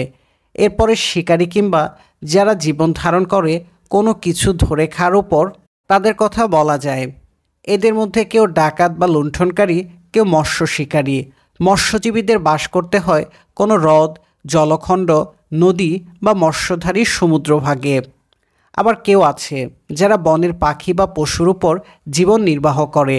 মানুষের মধ্যে তৃতীয় দলই উত্তম। এরা মাটিতে শস্যের চাষ করে জীবন ধারণ করে। জীবন ধারণের এগুলি হচ্ছে প্রধান উপায়। এগুলি হচ্ছে স্বয়ংসম্ভব বা স্বনির্ভর উপায়। এরা ব্যবসা বা বিনিময় পদ্ধতি নয়। কাজেই এদের মধ্যে আমরা পাই যাযাবর, কৃষিজীবী, লুণ্ঠনকারী, মৎস্যজীবী এবং শিকারী। অনেকে এই সমস্ত উপায়ের একাধিককে যুক্ত করে একটির অপূর্ণতা অপরটির দ্বারা পূরণ করে বেশ স্বাচ্ছন্দ্যে জীবনযাপন করে। যেমন যাযাবরগণ অনেক সময়ে জলদস্যু বা লুণ্ঠনকারী হয় এবং কৃষিজীবীরা শিকারী হয়। এদের জীবনধারণ কেবল প্রয়োজন দ্বারা নিয়ন্ত্রিত। এরূপ স্বয়ংসম্পূর্ণভাবে জীবনধারণের উপায় প্রকৃতির সকল প্রাণীকেই দিয়েছে। যেমন অনেক পশু দেখা যায় যারা সন্তান সৃষ্টির সময়েই সন্তানের জন্য এমন খাদ্যের ব্যবস্থা করে যাতে সন্তান বড় হয়ে নিজের খাদ্য সংগ্রহ না করা পর্যন্ত বেঁচে থাকতে পারে। গুটি বা ডিম আকারে যে সমস্ত প্রাণীর সৃষ্টি তাদের দৃষ্টান্ত এখানে উল্লেখ করা যায়। এমনকি জীবন্ত সন্তান যারা জন্ম দেয় তাদের মধ্যেও বেশ কিছুকাল জীবন ধারণের উপযোগী খাদ্যের ব্যবস্থা থাকে। জননীর দুগ্ধ এইরূপ খাদ্য। আবার সন্তান বড় হলেও তাদের খাদ্যের ব্যবস্থা রয়েছে। এই দিক থেকেই আমরা বলতে পারি তৃণের অস্তিত্ব যেমন পশুর জন্য, পশুর অস্তিত্ব তেমনই মানুষের জন্য। পোষ মানা পশুকে যেমন মানুষ খাদ্য হিসেবে তেমনি অপরাপর উদ্দেশ্যেও ব্যবহার করতে পারে। বন্য পশুর সবগুলি না হলেও অনেকগুলিকে মানুষ খাদ্য হিসেবে ব্যবহার করতে পারে। এদের অন্য ব্যবহারও আছে, কারণ মানুষ এদের দেহ থেকে নিজের পরিচ্ছদ এবং প্রয়োজনীয় হাতিয়ার তৈরি করতে পারে। সুতরাং আমাদের একথা যদি সঠিক হয় যে প্রকৃতির কোনো সৃষ্টি উদ্দেশ্যহীন নয়, কারণ শূন্য নয়, তাহলে একথা আমরা বলতে পারি প্রকৃতি যা কিছু তৈরি করেছে তা সে নির্দিষ্ট রূপে মানুষের জন্যই করেছে। একথার অর্থ যুদ্ধ এবং শিকার জীবনের সম্পদ সংগ্রহেরই প্রকৃতি নির্ধারিত একটি উপায়। আর এ কারণে এই উপায় যেমন ব্যবহৃত হবে পশুর উপর, তেমনি সে ধরনের মানুষের উপর যারা প্রকৃতি দ্বারা শাসিত হওয়ার জন্য সৃষ্ট হলেও শাসিত হতে অস্বীকার করে। প্রকৃতি নির্দিষ্ট ন্যায্য যুদ্ধ আমরা একেই বলবো। জীবন ধারণের একটি উপায় হিসেবে লুণ্ঠন এবং যুদ্ধের মাধ্যমে দাস সংগ্রহকে অ্যারিস্টটল এভাবে প্রাকৃতিক বা স্বাভাবিক বলে যুক্তি দেওয়ার প্রয়াস পাচ্ছেন। সম্পদ সংগ্রহ তথা জীবিকা অর্জনের এই উপায়কে তাই আমরা প্রকৃতির সঙ্গে সঙ্গতিময় বলে বিবেচনা করব এবং এই কারণে একে আমরা আর্থিক ব্যবস্থাপনার অংশ বলে গণ্য করব। জীবন ধারণের জন্য দ্রব্য সামগ্রীর আবশ্যক, এই জন্য শুরুতেই এর কিছু সঞ্চয় থাকতে হবে কিংবা সংগ্রহের এই উপায়গুলির মাধ্যমে আমাদের তা লাভ করতে হবে। এই দ্রব্যগুলিকে যেমন সংরক্ষণযোগ্য হতে হবে, তেমনি জীবন ধারণের জন্য এগুলির উপযোগিতা থাকতে হবে। একথা একটি পরিবার ব্যবস্থাপনার ক্ষেত্রে যেমন সত্য, রাষ্ট্রের ক্ষেত্রেও তেমনি সত্য। এবং আমার দৃঢ় বিশ্বাস যথার্থ অর্থে সম্পদ আমরা একেই বলবো, কারণ একটি উত্তম জীবনযাপনের জন্য প্রয়োজনীয় আর্থিক সাচ্ছল্য যে পরিমাণ সম্পদ আমাদের দিতে পারে তার পরিমাণ নিশ্চয়ই সীমাহীন নয়। সালন অবশ্য তার একটি কবিতায় বলেছেন, সম্পদের কোনো সীমা নেই, কিন্তু নিশ্চয়ই তার একটি সীমা আছে। কারণ অর্থ বা সম্পদ একটি উপায় বা মাধ্যম। যে কোনো কার্যের একটি হাতিয়ার বা মাধ্যমের আকার ও সংখ্যার ক্ষেত্রে একটা সীমা থাকে।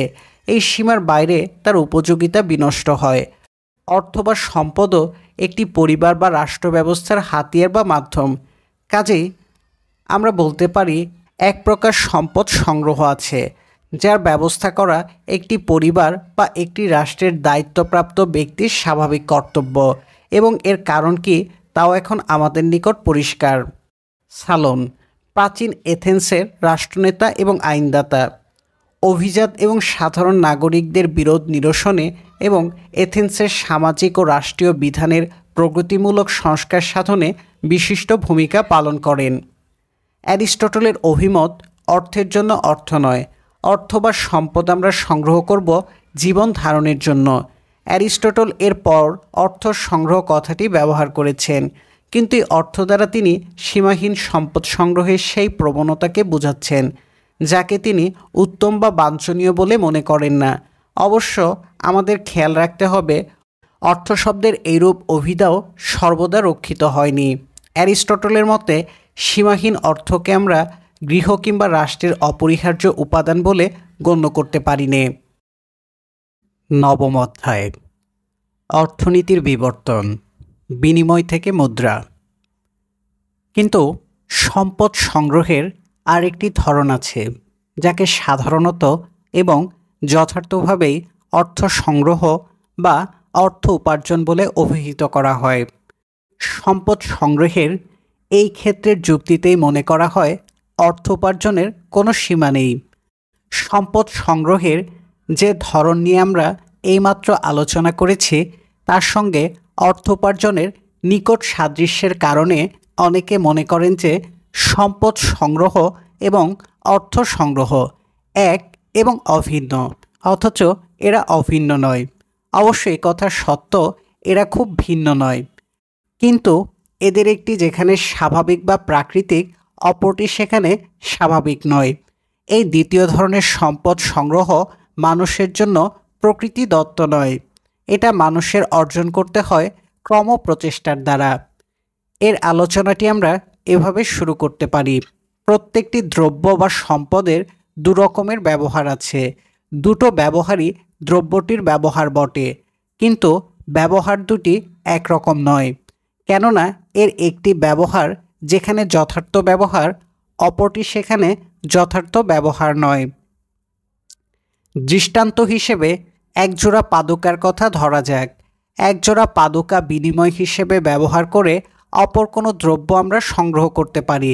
এখানে উভয় ব্যবহারই পাদুকার ব্যবহার, কারণ যে একজোড়া পাদুকা অপর কাউকে যার প্রয়োজন তাকে প্রদান করে বিনিময়ে নগদ টাকা কিংবা খাদ্য সংগ্রহ করে, সেও পাদুকাকে পাদুকা হিসেবে ব্যবহার করছে।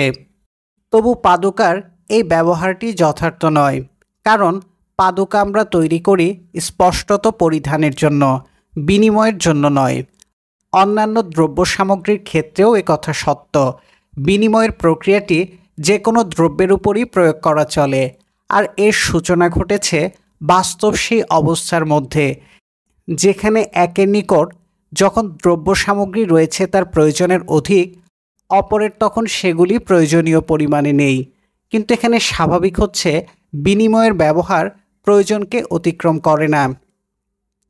দ্রব্যের অভাব পূরণের জন্যই বিনিময়কে ব্যবহার করা হবে, এটা পরিষ্কার থাকা উচিত।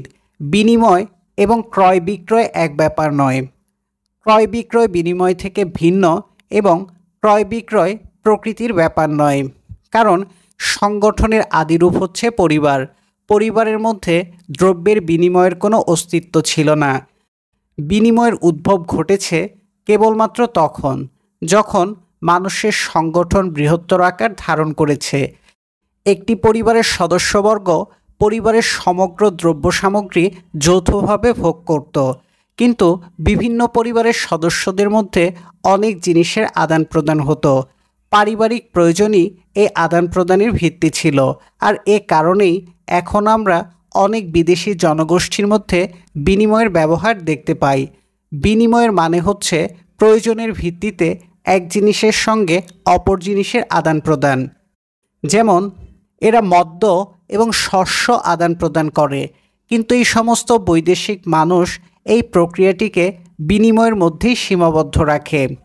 বিনিময়ের সীমা তারা অতিক্রম করে না। জিনিসপত্রের এইরূপ আদান প্রদান প্রকৃতি বিরুদ্ধ নয়, এবং এটাকে আমরা টাকা বানানোর কৌশল বলতে পারি না। প্রকৃতির মধ্যে স্বয়ংসম্পূর্ণতার ভারসাম্য পূর্ণ প্রতিষ্ঠার লক্ষ্য থেকেই উদ্ভব, কিন্তু আবার এই বিনিময় থেকেই টাকা বানানোর প্রক্রিয়ার বিকাশ ঘটেছে। এই বিষয়টি বেশ বোধগম্য, কারণ উদ্বৃত্ত জিনিসপত্রের রপ্তানি এবং প্রয়োজনীয় দ্রব্যাদির আমদানি যখন কোনো একটি গোষ্ঠীর মধ্যে পরিব্যাপ্ত হয়ে পড়তে শুরু করলো, তখন একটি সাধারণভাবে গ্রাহ্য বিনিময় মাধ্যমেরও আবশ্যকতা দেখা দিল। কারণ বিনিময়ের ব্যাপারেও যেই সমস্ত দ্রব্য সামগ্রী আমাদের স্বাভাবিকভাবে প্রয়োজন, তার সবগুলিকে সহজে বহন করে চলা যায় না। এ কারণে বিনিময়ের জন্য মানুষ লৌহ, রৌপ্য কিংবা অনুরূপ অন্য কোনো প্রয়োজনীয় এবং ব্যবহারযোগ্য দ্রব্য একে অপরকে দিতে এবং অপরের নিকট হতে গ্রহণ করতে সম্মত হলো। এই বিশেষ দ্রব্যের পরিমাণও গোড়াতে তার ওজন এবং আকার দ্বারা নির্দিষ্ট হতো, কিন্তু শেষ পর্যন্ত দৈহিক আকারের পরিবর্তে দ্রব্যের গায়ে পরিমাণের নির্দেশক চিহ্ন থাকলেই হতো। এর ফলে এই নির্দিষ্ট মাধ্যমকেও আর প্রতিবার ওজন করে দেখার আবশ্যকতা হতো না এর পরিমাণ কত, কারণ পরিমাণের চিহ্ন দ্রব্যটির গায়ে উৎকীর্ণ থাকত। এই চিহ্নিত মাধ্যমই হচ্ছে মুদ্রা, এবং একবার মুদ্রার প্রচলন যখন শুরু হলো তখন এর বিকাশ ঘটল দ্রুত, এবং যে ব্যাপারে শুরু হয়েছিল প্রয়োজনীয় দ্রব্যাদির বিনিময় হিসেবে, সেটাই এখন ব্যবসায় তথা টাকা তৈরির চরিত্র গ্রহণ করল। গোড়ার দিকে ব্যাপারটি হয়তো খুব সরল ছিল, কিন্তু ব্যবসায়গত বিনিময়ের মাধ্যমে কোথায় এবং কী প্রকারে সর্বাধিক লাভ সংগ্রহ করা যায় এই কৌশলে মানুষ যত অভিজ্ঞ এবং দক্ষ হয়ে উঠল, মুদ্রা ব্যবস্থাও তত জটিল হতে লাগল। এ কারণেই সম্পদ বা অর্থ সংগ্রহ বলতে এখন আর সাক্ষাৎভাবে দ্রব্য সংগ্রহকে বোঝায় না। এখন অর্থ বা সম্পদ সংগ্রহ মানে হচ্ছে শুধু মুদ্রা সংগ্রহ। আর যারা এই ব্যবসায় লিপ্ত তাদেরও আজ লক্ষ্য কেবল এই সন্ধানেই নিবদ্ধ। মূল হচ্ছে টাকা। বস্তুত এখন সম্পদ বলতে টাকার পাহাড়কে বোঝানো হয়, কারণ অর্থ সংগ্রহ এবং ব্যবসায়ী লক্ষ্যই হচ্ছে টাকা সংগ্রহ করে স্তূপ করা। অনেক সময় আবার অপরাপর মাধ্যমের সঙ্গে মুদ্রাকেও প্রকৃতির সঙ্গে সূত্রহীন, কৃত্রিম এবং মূল্যহীন বস্তু বলে মনে করা হয়। কারণ এক প্রকার মুদ্রা যারা ব্যবহার করছে তারা যদি ইচ্ছে করে তাহলে সে মুদ্রাকে তারা বাতিল করে দিতে পারে, এবং তখন সেই বাতিল করা মুদ্রার মাধ্যমে জীবনের প্রয়োজনীয় কোনো দ্রব্যকেই আর সংগ্রহ করা যাবে না, এবং তখন দেখা যাবে যে কারোর হাতে হয়তো প্রচুর পরিমাণ মুদ্রা রয়েছে, কিন্তু এক মুঠো খাদ্য সংগ্রহ করার তার উপায় নাই। এই যদি অবস্থা হয় তাহলে মুদ্রাকে আমরা কিভাবে সম্পদ বলে গণ্য করতে পারি? কারণ যে সম্পদের প্রাচুর্য মানুষকে অনাহারে মৃত্যুর হাত থেকে রক্ষা করতে পারে না, সে সম্পদকে অদ্ভুত সম্পদ ছাড়া আর কি বলা যেতে পারে? এ অবস্থা আমাদের মিডাসের কাহিনীকে স্মরণ করিয়ে দেয়। আমরা জানি মিডাসের প্রার্থনার সীমাহীন লোভের কারণে তার সম্মুখে ধরে নেওয়া সব কিছুই তার স্পর্শে স্বর্ণে পরিণত হয়ে গিয়েছিল। এ কারণেই সম্পদ এবং টাকা উপার্জনের সংজ্ঞা আমরা আলাদাভাবে প্রদানের চেষ্টা করেছি। এইরূপ করা আমাদের ঠিকই হয়েছে, কারণ সম্পদ সংগ্রহ এবং টাকা উপার্জন দুটো আলাদা বিষয়। যথার্থ সম্পদ একদিকে যেমন প্রাকৃতিক নিয়মেই পারিবারিক ব্যবস্থার সঙ্গে যুক্ত এবং সে কারণে উৎপাদনক্ষম, সেখানে মুদ্রা বা টাকা উপার্জন কৃত্রিম বলে প্রকৃতির সঙ্গে তার কোনো সম্পর্ক নেই। এর সম্পর্ক ব্যবসায়ের সঙ্গে, এবং যথার্থভাবে দ্রব্যের উৎপাদক বলতে যা বোঝায় টাকা বা মুদ্রা তেমনভাবে উৎপাদক নয়, মুদ্রা অনুৎপাদক। এইরূপভাবে টাকা সংগ্রহ বা টাকা বানানোর ক্ষেত্রে টাকা একদিকে যেমন লক্ষ্য, অপরদিকে তেমনই সে তার মাধ্যম। মানুষ টাকার মাধ্যমেই টাকা বানাতে থাকে, এবং এইরূপ সম্পদের তখন আর কোনো সীমা নির্দিষ্ট থাকে না। অ্যারিস্টটল এখানে লক্ষ্য বা উপায় কিংবা যন্ত্র এবং তার কর্মের মধ্যকার প্রভেদ সম্পর্কে অভিহিত না থাকার দিকে দৃষ্টি আকর্ষণ করতে চাচ্ছেন। রোগ নিরাময়ের কথা ধরা যাক। নিরাময়ের লক্ষ্য সুস্বাস্থ্য অর্জন, এর অবশ্য কোনো সীমা নেই। প্রত্যেকটি কর্মের ক্ষেত্রেই একথা সত্য। কর্ম তার লক্ষ্যকে অর্জন করতে চায়, এর কোনো সীমা নেই। সীমা নেই এই অর্থে যে লক্ষ্যকে সর্বোত্তমভাবেই সে সাধন করতে চায়, কিন্তু তাই বলে যে উপায়ের মাধ্যমে এই লক্ষ্যের সাধন সে উপায় সীমাহীন নয়। প্রত্যেকটি কর্মের ক্ষেত্রে লক্ষ্যই তার উপায়ের সীমা নির্দিষ্ট করে দেয়, কিন্তু টাকা বানাবার যে কর্মের কথা আমরা উল্লেখ করেছি সে কর্মের লক্ষ্য উপায়ের কোনো সীমাকে নির্দিষ্ট করে না, কারণ এখানে টাকা বানানো বা অর্থ উপার্জনটাই লক্ষ্য, কিন্তু আমাদের গৃহ সংরক্ষণ বা পরিবারের ব্যবস্থাপনার অর্থ টাকা বানানো নয়। এ কারণে এর একটা সীমা আছে। পরিবারের সংরক্ষণের ক্ষেত্রে টাকা সংগ্রহ লক্ষ্য নয়, পরিবার প্রতিপালনের সে একটি উপায় মাত্র। কাজেই যেখানে আমরা মনে করি প্রত্যেক ধরনের অর্থেরই একটা সীমা থাকবে, সেখানে বাস্তবে আমরা এর বিপরীতই দেখতে পাই। কারণ যারা টাকাকে সম্পদ মনে করছে তারা মুদ্রা হিসেবে সীমাহীনভাবে তার ভাণ্ডার বৃদ্ধি করে চলেছে। এরা প্রকৃত সম্পদের সঙ্গে মুদ্রার কোনো পার্থক্য স্বীকার করে না। সম্পদ এবং মুদ্রা বা অর্থ এদের সদৃশ্যতা থেকে এরা এই দুটিকে অভিন্ন মনে করে। এ দুইয়ের সাদৃশ্য এ কারণে যে এই দুইয়ের মাধ্যমে দ্রব্য সামগ্রী সংগ্রহ করা যায়, কিন্তু সংগ্রহের পদ্ধতির ক্ষেত্রে এরা বিভিন্ন। একটা হচ্ছে কেবল বৃদ্ধি করা, বৃদ্ধি তার লক্ষ্য, অন্যটি তা নয়। এ কারণে অনেকে মনে করে পরিবার প্রতিপালনের অর্থ হচ্ছে কেবল অর্থকে বৃদ্ধি করা, এবং এ অর্থ বৃদ্ধির কোনো সীমার কথা তারা চিন্তা করতে পারে না। অনেকে যে এরূপ আচরণ করে এর মূল কারণ বোধহয় এই যে এরা জীবন এবং উত্তম জীবনের মধ্যকার পার্থক্য বুঝে না। এরা কেবল জীবন ধারণ করতে চায়, উত্তম জীবন নয়। শুধু বেঁচে থাকা বা জীবন ধারণ যেখানে লক্ষ্য, সেখানে সেই জীবনের আরামদায়ক বস্তুরাজি সংগ্রহের লক্ষ্য তাদের সীমাহীন।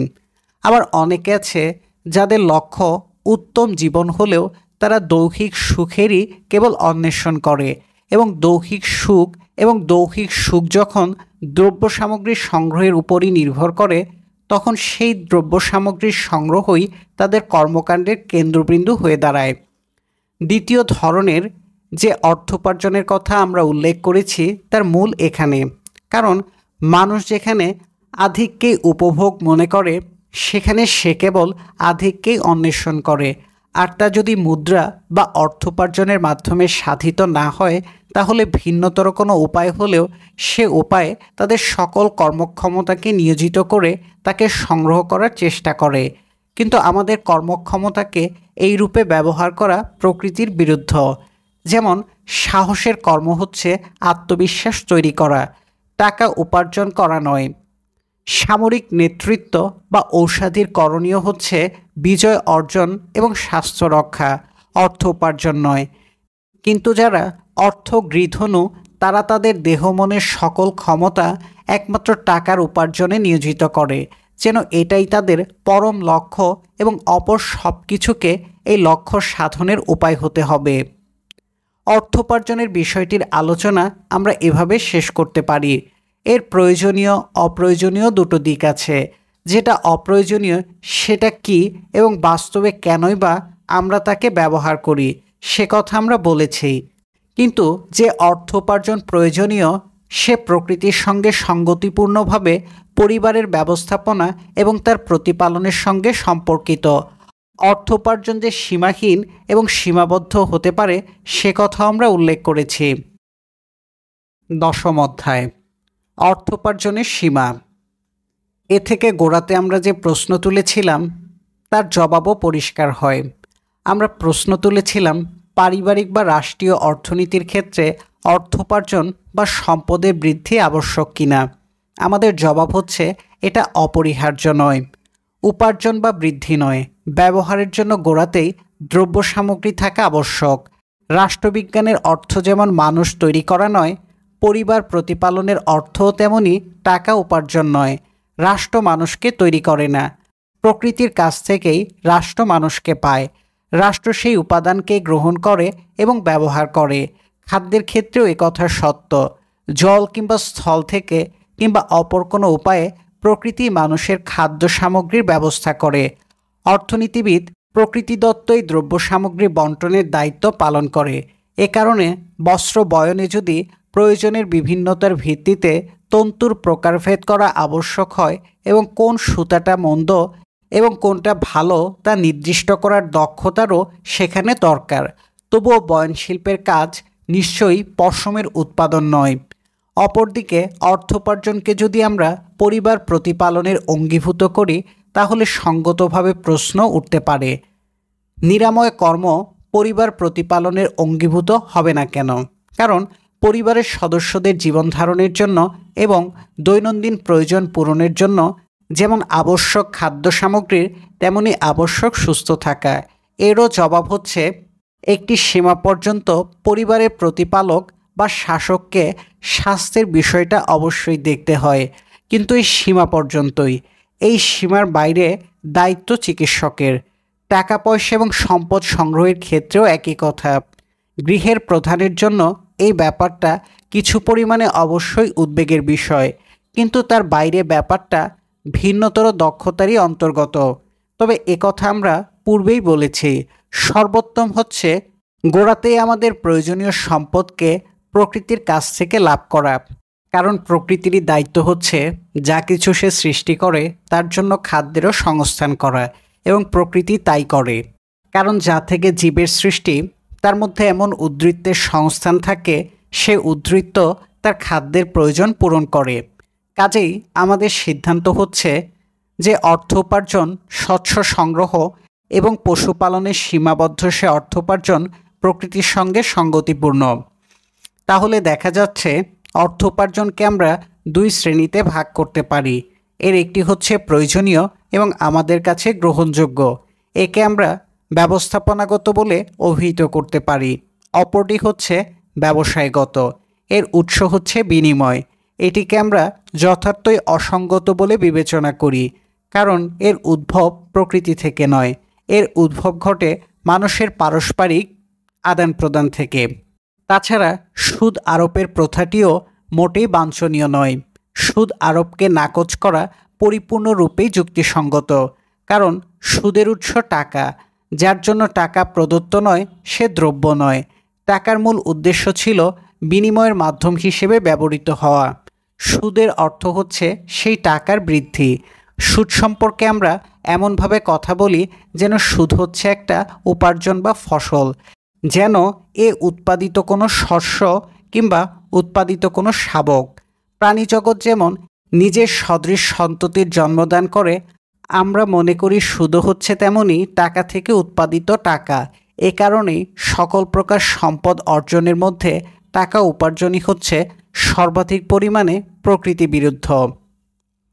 অ্যারিস্টটলের বক্তব্য হচ্ছে মানুষ বাস্তব জীবনে নানাভাবে জীবিকা অর্জন করতে পারে। এর মধ্যে যেগুলি প্রাকৃতিক অর্থাৎ প্রকৃতিদত্ত, সেগুলিকে অ্যারিস্টটল গ্রহণীয় বলে সমর্থন করেন, অপরগুলিকে তিনি অবাঞ্ছনীয় বলে বিবেচনা করেছেন।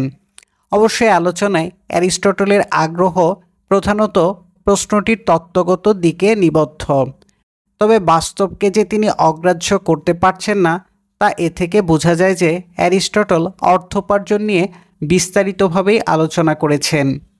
এমনকি টাকার ব্যবসায় যে রাষ্ট্রের সমৃদ্ধি সাধনের ক্ষেত্রে প্রয়োজনীয় বলে বোধ হতে পারে এবং প্রকৃতি যে কাউকে এমন উদ্ধৃত সম্পদের অধিকারী করতে পারে সেই উদ্ধৃত রপ্তানি এবং বিনিময়ের জন্য ব্যবহার হতে পারে, সে সত্যকেও অ্যারিস্টটল স্বীকার করেছেন।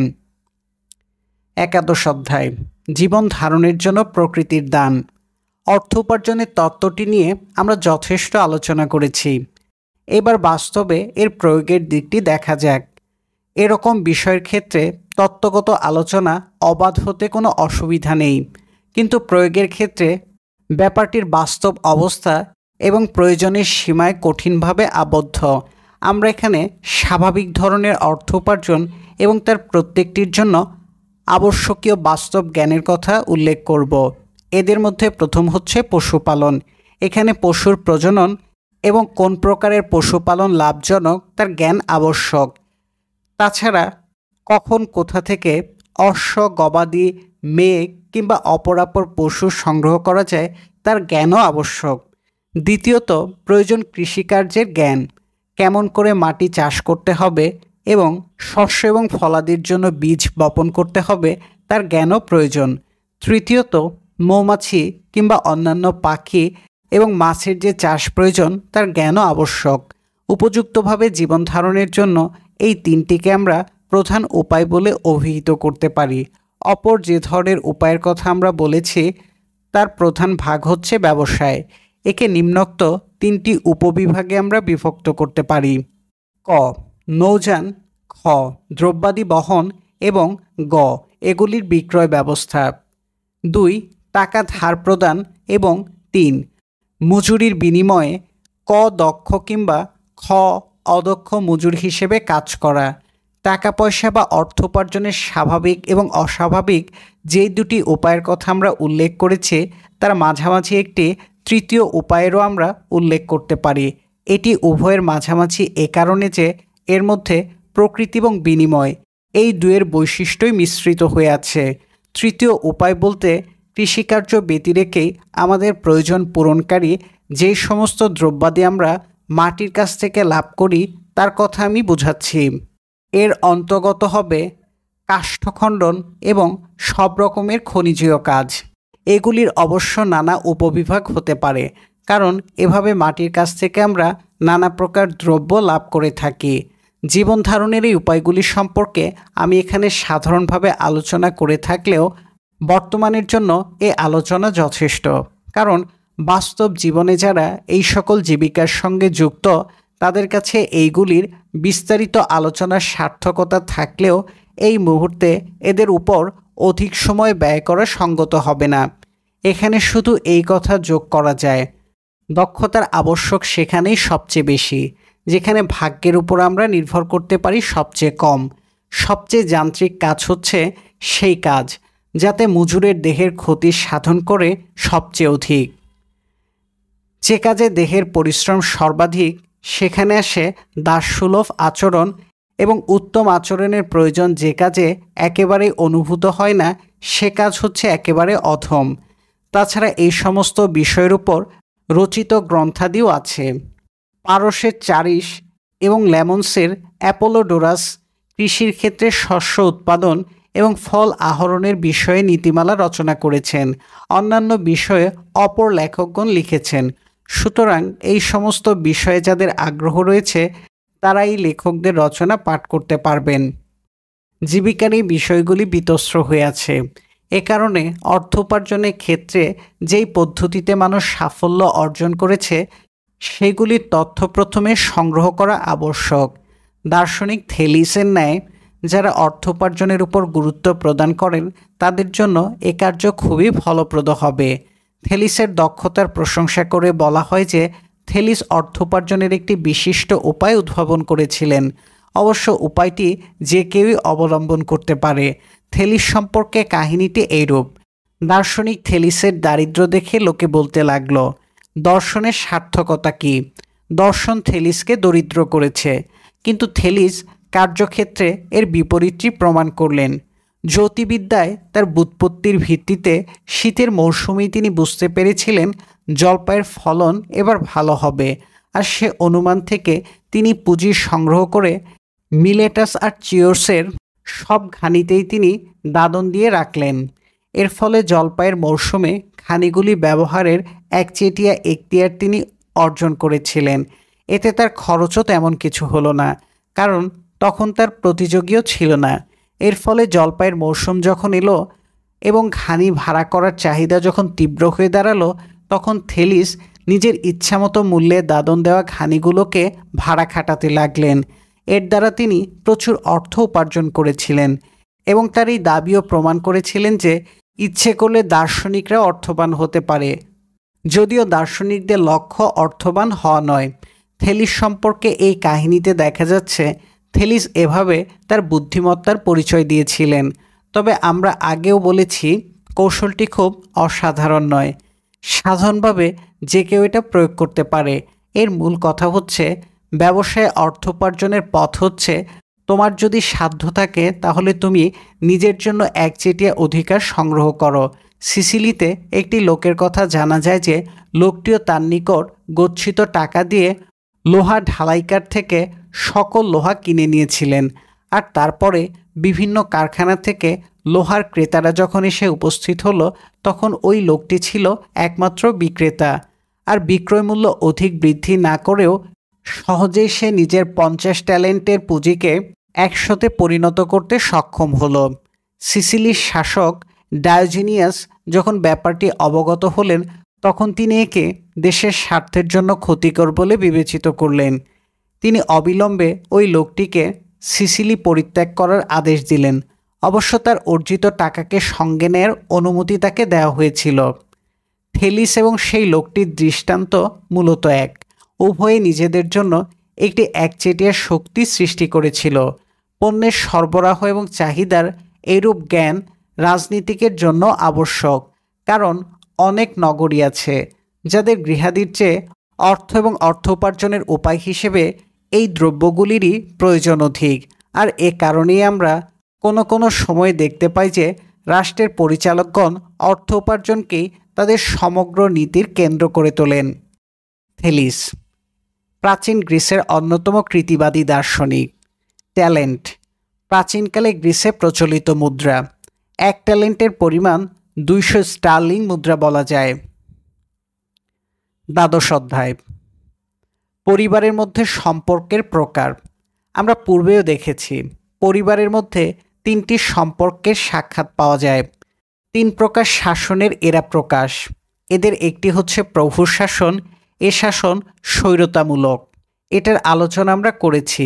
অপর শাসন হচ্ছে পিতার শাসন, এবং তৃতীয়টির উদ্ভব ঘটে স্বামী স্ত্রীর মধ্যে তাদের বৈবাহিক সম্পর্কের ভিত্তিতে। এটাও আলোচনার অন্তর্গত এ কারণে যে একদিকে স্ত্রীর এবং সন্তানদের উপর যে শাসন, সে শাসন স্বাধীন নাগরিকের উপর শাসন। অপরদিকে স্ত্রী এবং সন্তান উভয়ের ক্ষেত্রে শাসন এক নয়। স্ত্রীর উপর স্বামীর শাসন হচ্ছে রাজনৈতিক শাসন, রাষ্ট্রপ্রাজ্ঞের শাসন, কিন্তু সন্তানের উপর পিতার শাসন রাজার শাসন, রাজকীয় শাসন। এরও কারণ হচ্ছে অবস্থা যদি একেবারে ভিন্নতর না হয় তাহলে আমাদের বলতে হবে শাসনের ক্ষেত্রে মেয়েদের চেয়ে পুরুষ এবং অল্পবয়স্ক এবং অপরিপক্বের চেয়ে বয়োজ্যেষ্ঠ এবং পরিপক্করাই অধিকতর উপযুক্ত। এটা অবশ্য সত্য যে যেই সকল রাষ্ট্রের শাসন যথার্থই রাজনৈতিক, সেই সব রাষ্ট্রের অধিকাংশেই শাসক এবং শাসিতের মধ্যে ভূমিকার পারস্পরিক পরিবর্তন ঘটে থাকে।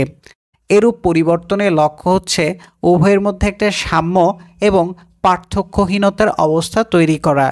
কিন্তু এক্ষেত্রেও যতক্ষণ একজন শাসক অপরজন শাসিত, ততক্ষণ শাসকের প্রবণতা হবে মর্যাদার বাহ্যিক প্রকাশে, সম্বোধনের রীতিতে এবং সম্মান প্রদর্শনের পদ্ধতিতে নিজেকে শাসিত থেকে বিশিষ্ট বলে চিহ্নিত করা। কোনো নাগরিক যখন রাষ্ট্রের কোনো ঊর্ধ্বতন অফিসার হিসেবে নিযুক্ত হন তখন সম্মান তার প্রাপ্য হয়ে দাঁড়ায়। এ প্রায় স্নানঘরের পাথর দিয়ে তৈরি করা দেবতা আমাসিসের মতো। স্নানঘরে পাথর দিয়ে তৈরি আমাসিসের মূর্তিকেও আমাদের সম্মানের পাত্র বলে আমরা মনে করি। পুরুষ এবং মেয়েদের মধ্যে উত্তম এবং অধমের যে সম্পর্কের কথা বলেছি তার পরিবর্তনের কথা চিন্তা করা যায় না। সন্তানদের উপর পিতার শাসন রাজকীয়, বয়স এবং স্নেহের কারণেই সে শাসক। রাষ্ট্রের ক্ষেত্রে রাজার শাসনেরও মূল হচ্ছে অবস্থা। এ কারণেই হোমার যখন মহাদেব জিউসকে দেবতাকুল এবং মানুষ উভয়ের পিতা বলে উল্লেখ করেন তখন তিনি ঠিক কাজই করেন, কারণ জিউস সকলের রাজা। রাজা প্রজাদের কাছ থেকে জন্মগতভাবে পৃথক নয় বটে, কিন্তু গুণের ক্ষেত্রে তাকে অবশ্যই উচ্চতর হতে হবে। বয়োজ্যেষ্ঠ এবং বয়কনিষ্ঠ এবং পিতা ও সন্তানের ক্ষেত্রেও এই কথা সত্য। হোমার প্রাচীন গ্রিসের প্রখ্যাত কবি, আনুমানিক 850 খ্রিস্টাব্দ পূর্বকালের। মহাকাব্য ইলিয়াড এবং ওডিসি রচয়িতা বলে পরিচিত। ত্রয়োদশ অধ্যায়, শাসক এবং শাসিত দুয়ের গুণ কি এক কিংবা ভিন্ন? তাহলে এটা পরিষ্কার যে পরিবারের ক্ষেত্রে দ্রব্য সামগ্রী অর্থাৎ যা দিয়ে সম্পদ তৈরি হয় তার চেয়ে মানুষ এবং তাদের গুণাগুণ অধিকতর গুরুত্বপূর্ণ। এবং দাসদের ব্যাপারেও বলবো, দাসদের চেয়ে স্বাধীন নাগরিকের গুরুত্ব অধিক। দাসদের ক্ষেত্রে প্রথম প্রশ্ন হচ্ছে গৃহের হাতিয়ার এবং ভৃত্য হিসেবে তাদের যে গুণ রয়েছে, আমরা কি তার অতিরিক্ত অপর কোনো গুণের কথা বলতে পারি যে গুণ দাসদের রয়েছে? যেমন আত্মসম্মান, সাহস, ন্যায়বোধ এবং এরকম অন্যান্য গুণের অধিকারী কি দাসরা হতে পারে? প্রশ্নটা অন্যভাবেও করা যায়। নিজেদের দেহ দিয়ে সেবা করা ব্যতীত দাসদের কি আর কোনো গুণ নেই? প্রশ্নটির দুরকমের জবাব হতে পারে। অবশ্য দুটো জবাবেরই একটা অসুবিধার দিক আছে। আমরা যদি বলি যে গুণগুলোর উল্লেখ আমরা করেছি দাসদের সেই সকল গুণ আছে, সেক্ষেত্রে প্রশ্ন দাঁড়াবে তাহলে স্বাধীন নাগরিক থেকে দাসদের পার্থক্য কোথায়? আবার আমরা যদি বলি দাসদের এই সকল গুণ নাই, তাহলে ব্যাপারটাতে অসঙ্গতি দেখা দেবে, কারণ দাসরা তো মানুষ এবং তাদের চিন্তার ক্ষমতা আছে। কথাটা কিন্তু সাধারণভাবে স্ত্রী এবং সন্তানের ক্ষেত্রেও বলা চলে। তাদের কি এইসব গুণ নাই? স্ত্রীলোক কি আত্মসম্মানবোধ সম্পন্ন, সাহসী এবং ন্যায়পরায়ণ হয় না? শিশুদেরও কি আমরা কখনো দুষ্ট এবং কখনো বা ভালো হতে দেখি না?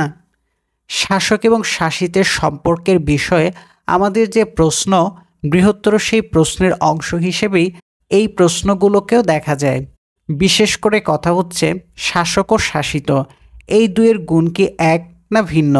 ধরা যাক আমরা বললাম দুয়েরই গুণ এক এবং উভয়ের ক্ষেত্রেই এ গুণের সর্বোত্তম আবশ্যক, তখন প্রশ্ন দাঁড়াবে তাহলে শাসক কেবল শাসন করবে এবং শাসিত কেবল মান্য করবে। এর যুক্তি কি? পরিমাণগত পার্থক্য কথাটি এখানে ঠিক হবে না। শাসন করা এবং মান্য করার পার্থক্য গুণগত পার্থক্য, পরিমাণগত পার্থক্য এখানে প্রয়োজন নয়। অপরদিকে এদের এক পক্ষকে যদি আমরা গুণের অধিকারী বলি এবং অপর পক্ষকে গুণহীন বলি, তাহলেও একটি অদ্ভুত অবস্থার উদ্ভব ঘটে। কারণ একথা যেমন সত্য যে শাসক তার যদি ন্যায় এবং আত্মসংযমের গুণ না থাকে তাহলে সে উত্তম রূপে শাসন করতে সক্ষম হয় না, তেমনি সত্য যে শাসিত তারও যদি গুণের অভাব ঘটে তাহলে সে উত্তম রূপে শাসিত হতে পারে না। কারণ যে শাসিত তার চরিত্রে যদি শিথিলতা থাকে, যদি অবাধ্যতা থাকে, তাহলে সে তার কর্তব্য পালন করবে না। কাজে এটা পরিষ্কার যে উত্তম গুণের প্রশ্নে শাসক এবং শাসিত এদের উভয়েরই উত্তম গুণের আবশ্যক। অবশ্য গুণের প্রকৃতির ক্ষেত্রে পার্থক্য থাকতে পারে, উভয়েরই ভিন্ন ভিন্ন উত্তম গুণের প্রয়োজন হতে পারে। উত্তম গুণের এই উল্লেখ থেকে আমাদের সরাসরি আত্মার আলোচনাটিতে যেতে হয়। কারণ প্রকৃতিগতভাবে শাসক এবং প্রকৃতিগতভাবে শাসিত বলে গুণের যে পার্থক্য আমাদের বিবেচনার বিষয়, তার সাক্ষাৎ আমরা আত্মার মধ্যেই দেখতে পাব। আত্মার ক্ষেত্রে শাসক শাসিতের পার্থক্য হচ্ছে যুক্তি এবং অযুক্তির পার্থক্য। কাজে এটা পরিষ্কার যে অন্যান্য ক্ষেত্রেও স্বাভাবিকভাবেই পার্থক্যের উদ্ভব হবে এবং শাসক এবং শাসিতের ক্ষেত্রে কথাটি সত্য। অবশ্য তার অর্থ এই নয় যে উভয়ের ক্ষেত্রে পার্থক্যটা এক হবে। কারণ দাসের উপর প্রভুর শাসন, স্ত্রীলোকের উপর পুরুষের শাসন এবং ছোটর উপর বড় শাসনের কথা যদি আমরা বলি, তাহলে দেখব যে এদের প্রত্যেকটি স্বাভাবিক, কিন্তু সকলে এক নয়। কারণ এদের প্রত্যেকের মধ্যে আত্মার অংশ আছে বটে, কিন্তু তার বন্টন বিভিন্ন। কারণ একজন দাসের মধ্যে আত্মার যুক্তির অংশটি যেখানে আদৌ নেই, সেখানে স্ত্রীলোকদের মধ্যে তা নিষ্ক্রিয় এবং শিশুদের মধ্যে অবিকশিত। আমাদের তাই সিদ্ধান্ত হবে যে নৈতিক গুণের ক্ষেত্রেও এ কথাটি সত্য, অর্থাৎ এ গুণ সকলের ক্ষেত্রে থাকতে হবে বটে, কিন্তু তার পরিমাণ সর্বত্র সমান হবে না। উত্তম রূপে দায়িত্ব পালনের প্রয়োজনীয় পরিমাণ গুণই থাকবে, অধিক নয়। আবার তাহলে আমরা বলতে পারি শাসনের নৈতিক গুণ হবে সামগ্রিক, কারণ শাসন হচ্ছে প্রধান নির্মাতা, কিন্তু সমাজের অন্যান্য সদস্যদের ক্ষেত্রে এর পরিমাণ হবে তাদের কার্য অনুযায়ী। যা হোক, এটা এবার স্পষ্ট শ্রেণী হিসেবে যাদের কথা আমরা উল্লেখ করেছি তাদের সকলেরই নৈতিক গুণ থাকতে হবে এবং এটাও স্পষ্ট যে পরিমাণের ক্ষেত্রের পার্থক্য ঘটবে। পুরুষের আত্মসম্মান এবং স্ত্রীলোকের আত্মসম্মান কিংবা তাদের ন্যায়বোধ বা সাহস সক্রেটিস যেমন মনে করেছেন সেইরূপ এক নয়। যেমন একের ক্ষেত্রে সাহস হচ্ছে শাসকের সাহস, অপর ক্ষেত্রে সাহস হচ্ছে ভৃত্যের সাহস। এ দুটো এক নয়। অপরাপর গুণের ব্যাপারেও এই কথাটিকে আমরা সত্য বলবো।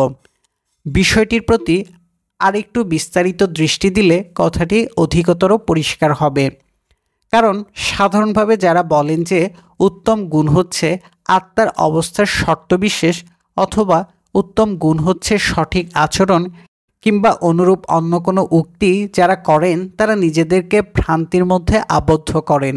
যারা এইসব ক্ষেত্রে সাধারণ সংজ্ঞার চেষ্টা করেন, তাদের চেয়ে গর্জিয়াসের ন্যায় উত্তম হচ্ছেন তারা, যারা বিভিন্ন গুণের একটা বর্ণনা দেওয়ার চেষ্টা করেন। এ কারণে কবি সফোক্লিস নীরবতাকে মেয়েদের একটি গুণ বলে বর্ণনা করেন, কিন্তু পুরুষদের ক্ষেত্রে নীরবতা কোনো গুণ নয়। কার্যের দ্বারা কোনো গুণের বিচার করার এই পদ্ধতিটি উত্তম। সর্বদা এইটি আমাদের অনুসরণ করা উচিত। ধরা যাক একটি শিশুর কথা। শিশুর অর্থ হচ্ছে সে এখনও পূর্ণভাবে বিকশিত হয়নি, তার অর্থ হচ্ছে বৃদ্ধিপ্রাপ্ত হওয়া। সে কারণে তার এই গুণটিকে আমরা কেবল তার মধ্যে আবদ্ধ বলতে পারি না। এই গুণটিকে যেমন বুঝতে হবে তার বিকাশের অগ্রগতির ভিত্তিতে, তেমনি তার পরিচর্যায় নিযুক্ত ব্যক্তির সঙ্গে সম্পর্কের ভিত্তিতেও। দাস এবং প্রভুর ক্ষেত্রেও কথাটি সত্য। আমরা নির্দিষ্ট করে বলেছি দাসের কাজ হচ্ছে দৈহিক কার্য সাধন করা। এ কারণে তার প্রয়োজনীয় গুণের পরিমাণ অধিক হওয়ার কথা নয়। শিথিল জীবনযাপন কিংবা অসতর্কতার জন্য তার এই কার্য যেন অবহেলিত না হয়, তার নিশ্চয়তার জন্য যে পরিমাণ গুণের আবশ্যক, দাসের গুণের পরিমাণ নিশ্চয়ই ততটুকু হবে, এর অধিক নয়। একজন দাস শ্রমিক সম্পর্কে একথা সত্য হলে প্রশ্ন উঠবে, স্বাধীন শ্রমিকও যেন উশৃঙ্খল জীবনযাপনের মাধ্যমে তার দায়িত্বে অবহেলা না করে, সেই জন্য তারও কি গুণের আবশ্যক হবে না? এর জবাব হবে হ্যাঁ, গুণের আবশ্যক হবে, কিন্তু দুটো দৃষ্টান্তকে একই সমান্তরালে দেখা চলে না। দুজনের কাজ একই প্রকারে হতে পারে, কিন্তু দুজনের জীবন প্রণালী ভিন্ন প্রকারের। যে দাস সে তো প্রভুর পরিবারেই বাস করে, কিন্তু যে স্বাধীন শ্রমিক সে তার নিয়োগকারী থেকে আলাদা বাসস্থানে বাস করে। তাকে দাসের সমান এভাবে বলা চলে যে তার কাজে সে যে পরিমাণ আবদ্ধ, সেই পরিমাণে তারও দাসোচিত গুণের আবশ্যক। কারণ দৈহিক শ্রমে আবদ্ধ যে কেউই সীমাবদ্ধ অর্থে দাসত্বের অবস্থায় অবস্থিত। তবে দাস শ্রমিক এবং স্বাধীন শ্রমিকের পার্থক্য এখানে যে দাস প্রকৃতিগতভাবে দাস, কিন্তু একজন হস্তশিল্পী বা পাদুকা নির্মাণকারীকে আমরা প্রকৃতিগতভাবে দাস বলতে পারি না। এটা থেকে পরিষ্কার যে দাসের যে গুণের আবশ্যক, প্রভুকেই তার উৎস হতে হবে।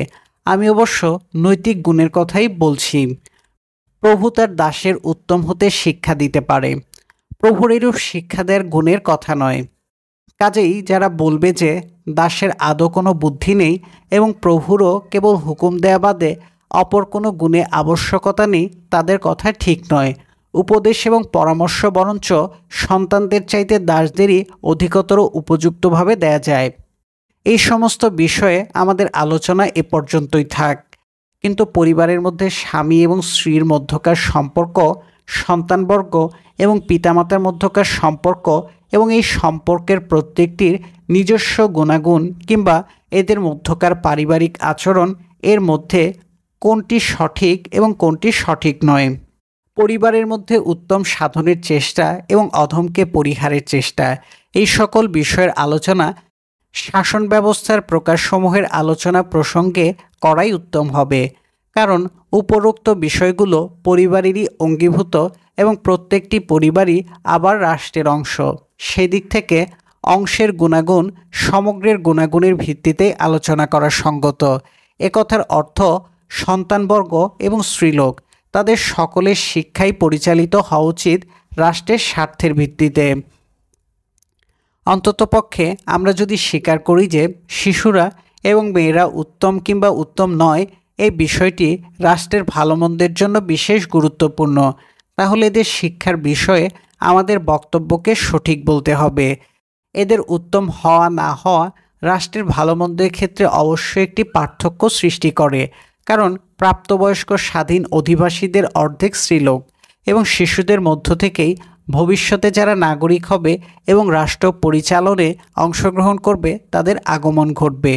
যা হোক, এতগুলো ব্যাপারের আলোচনা যখন আমরা সমাপ্ত করেছি এবং স্থির করেছি অবশিষ্টগুলির আলোচনা অন্যত্র করা যাবে, তখন পরিবার সংক্রান্ত আলোচনার এখানে ইতি টেনে একটা নতুন আলোচনা আমরা শুরু করতে পারি এবং এই নতুন বিষয়ের মধ্যে প্রথম আলোচ্য হিসেবে আমরা সর্বোত্তম প্রকারের শাসন সম্পর্কে যারা অভিমত প্রকাশ করেছেন তাদের অভিমত সমূহই আমাদের সামনে রাখব। গর্জিয়াস, প্রাচীন গ্রিক দার্শনিক, জন্ম সিসিলিতে, সোফিস্ট সম্প্রদায়ভুক্ত অজ্ঞেয়বাদী দার্শনিক হিসেবে ইনি দর্শনের ইতিহাসে পরিচিত। সফোক্লিন, প্রাচীন গ্রিক কবি এবং নাট্যকারদের অন্যতম।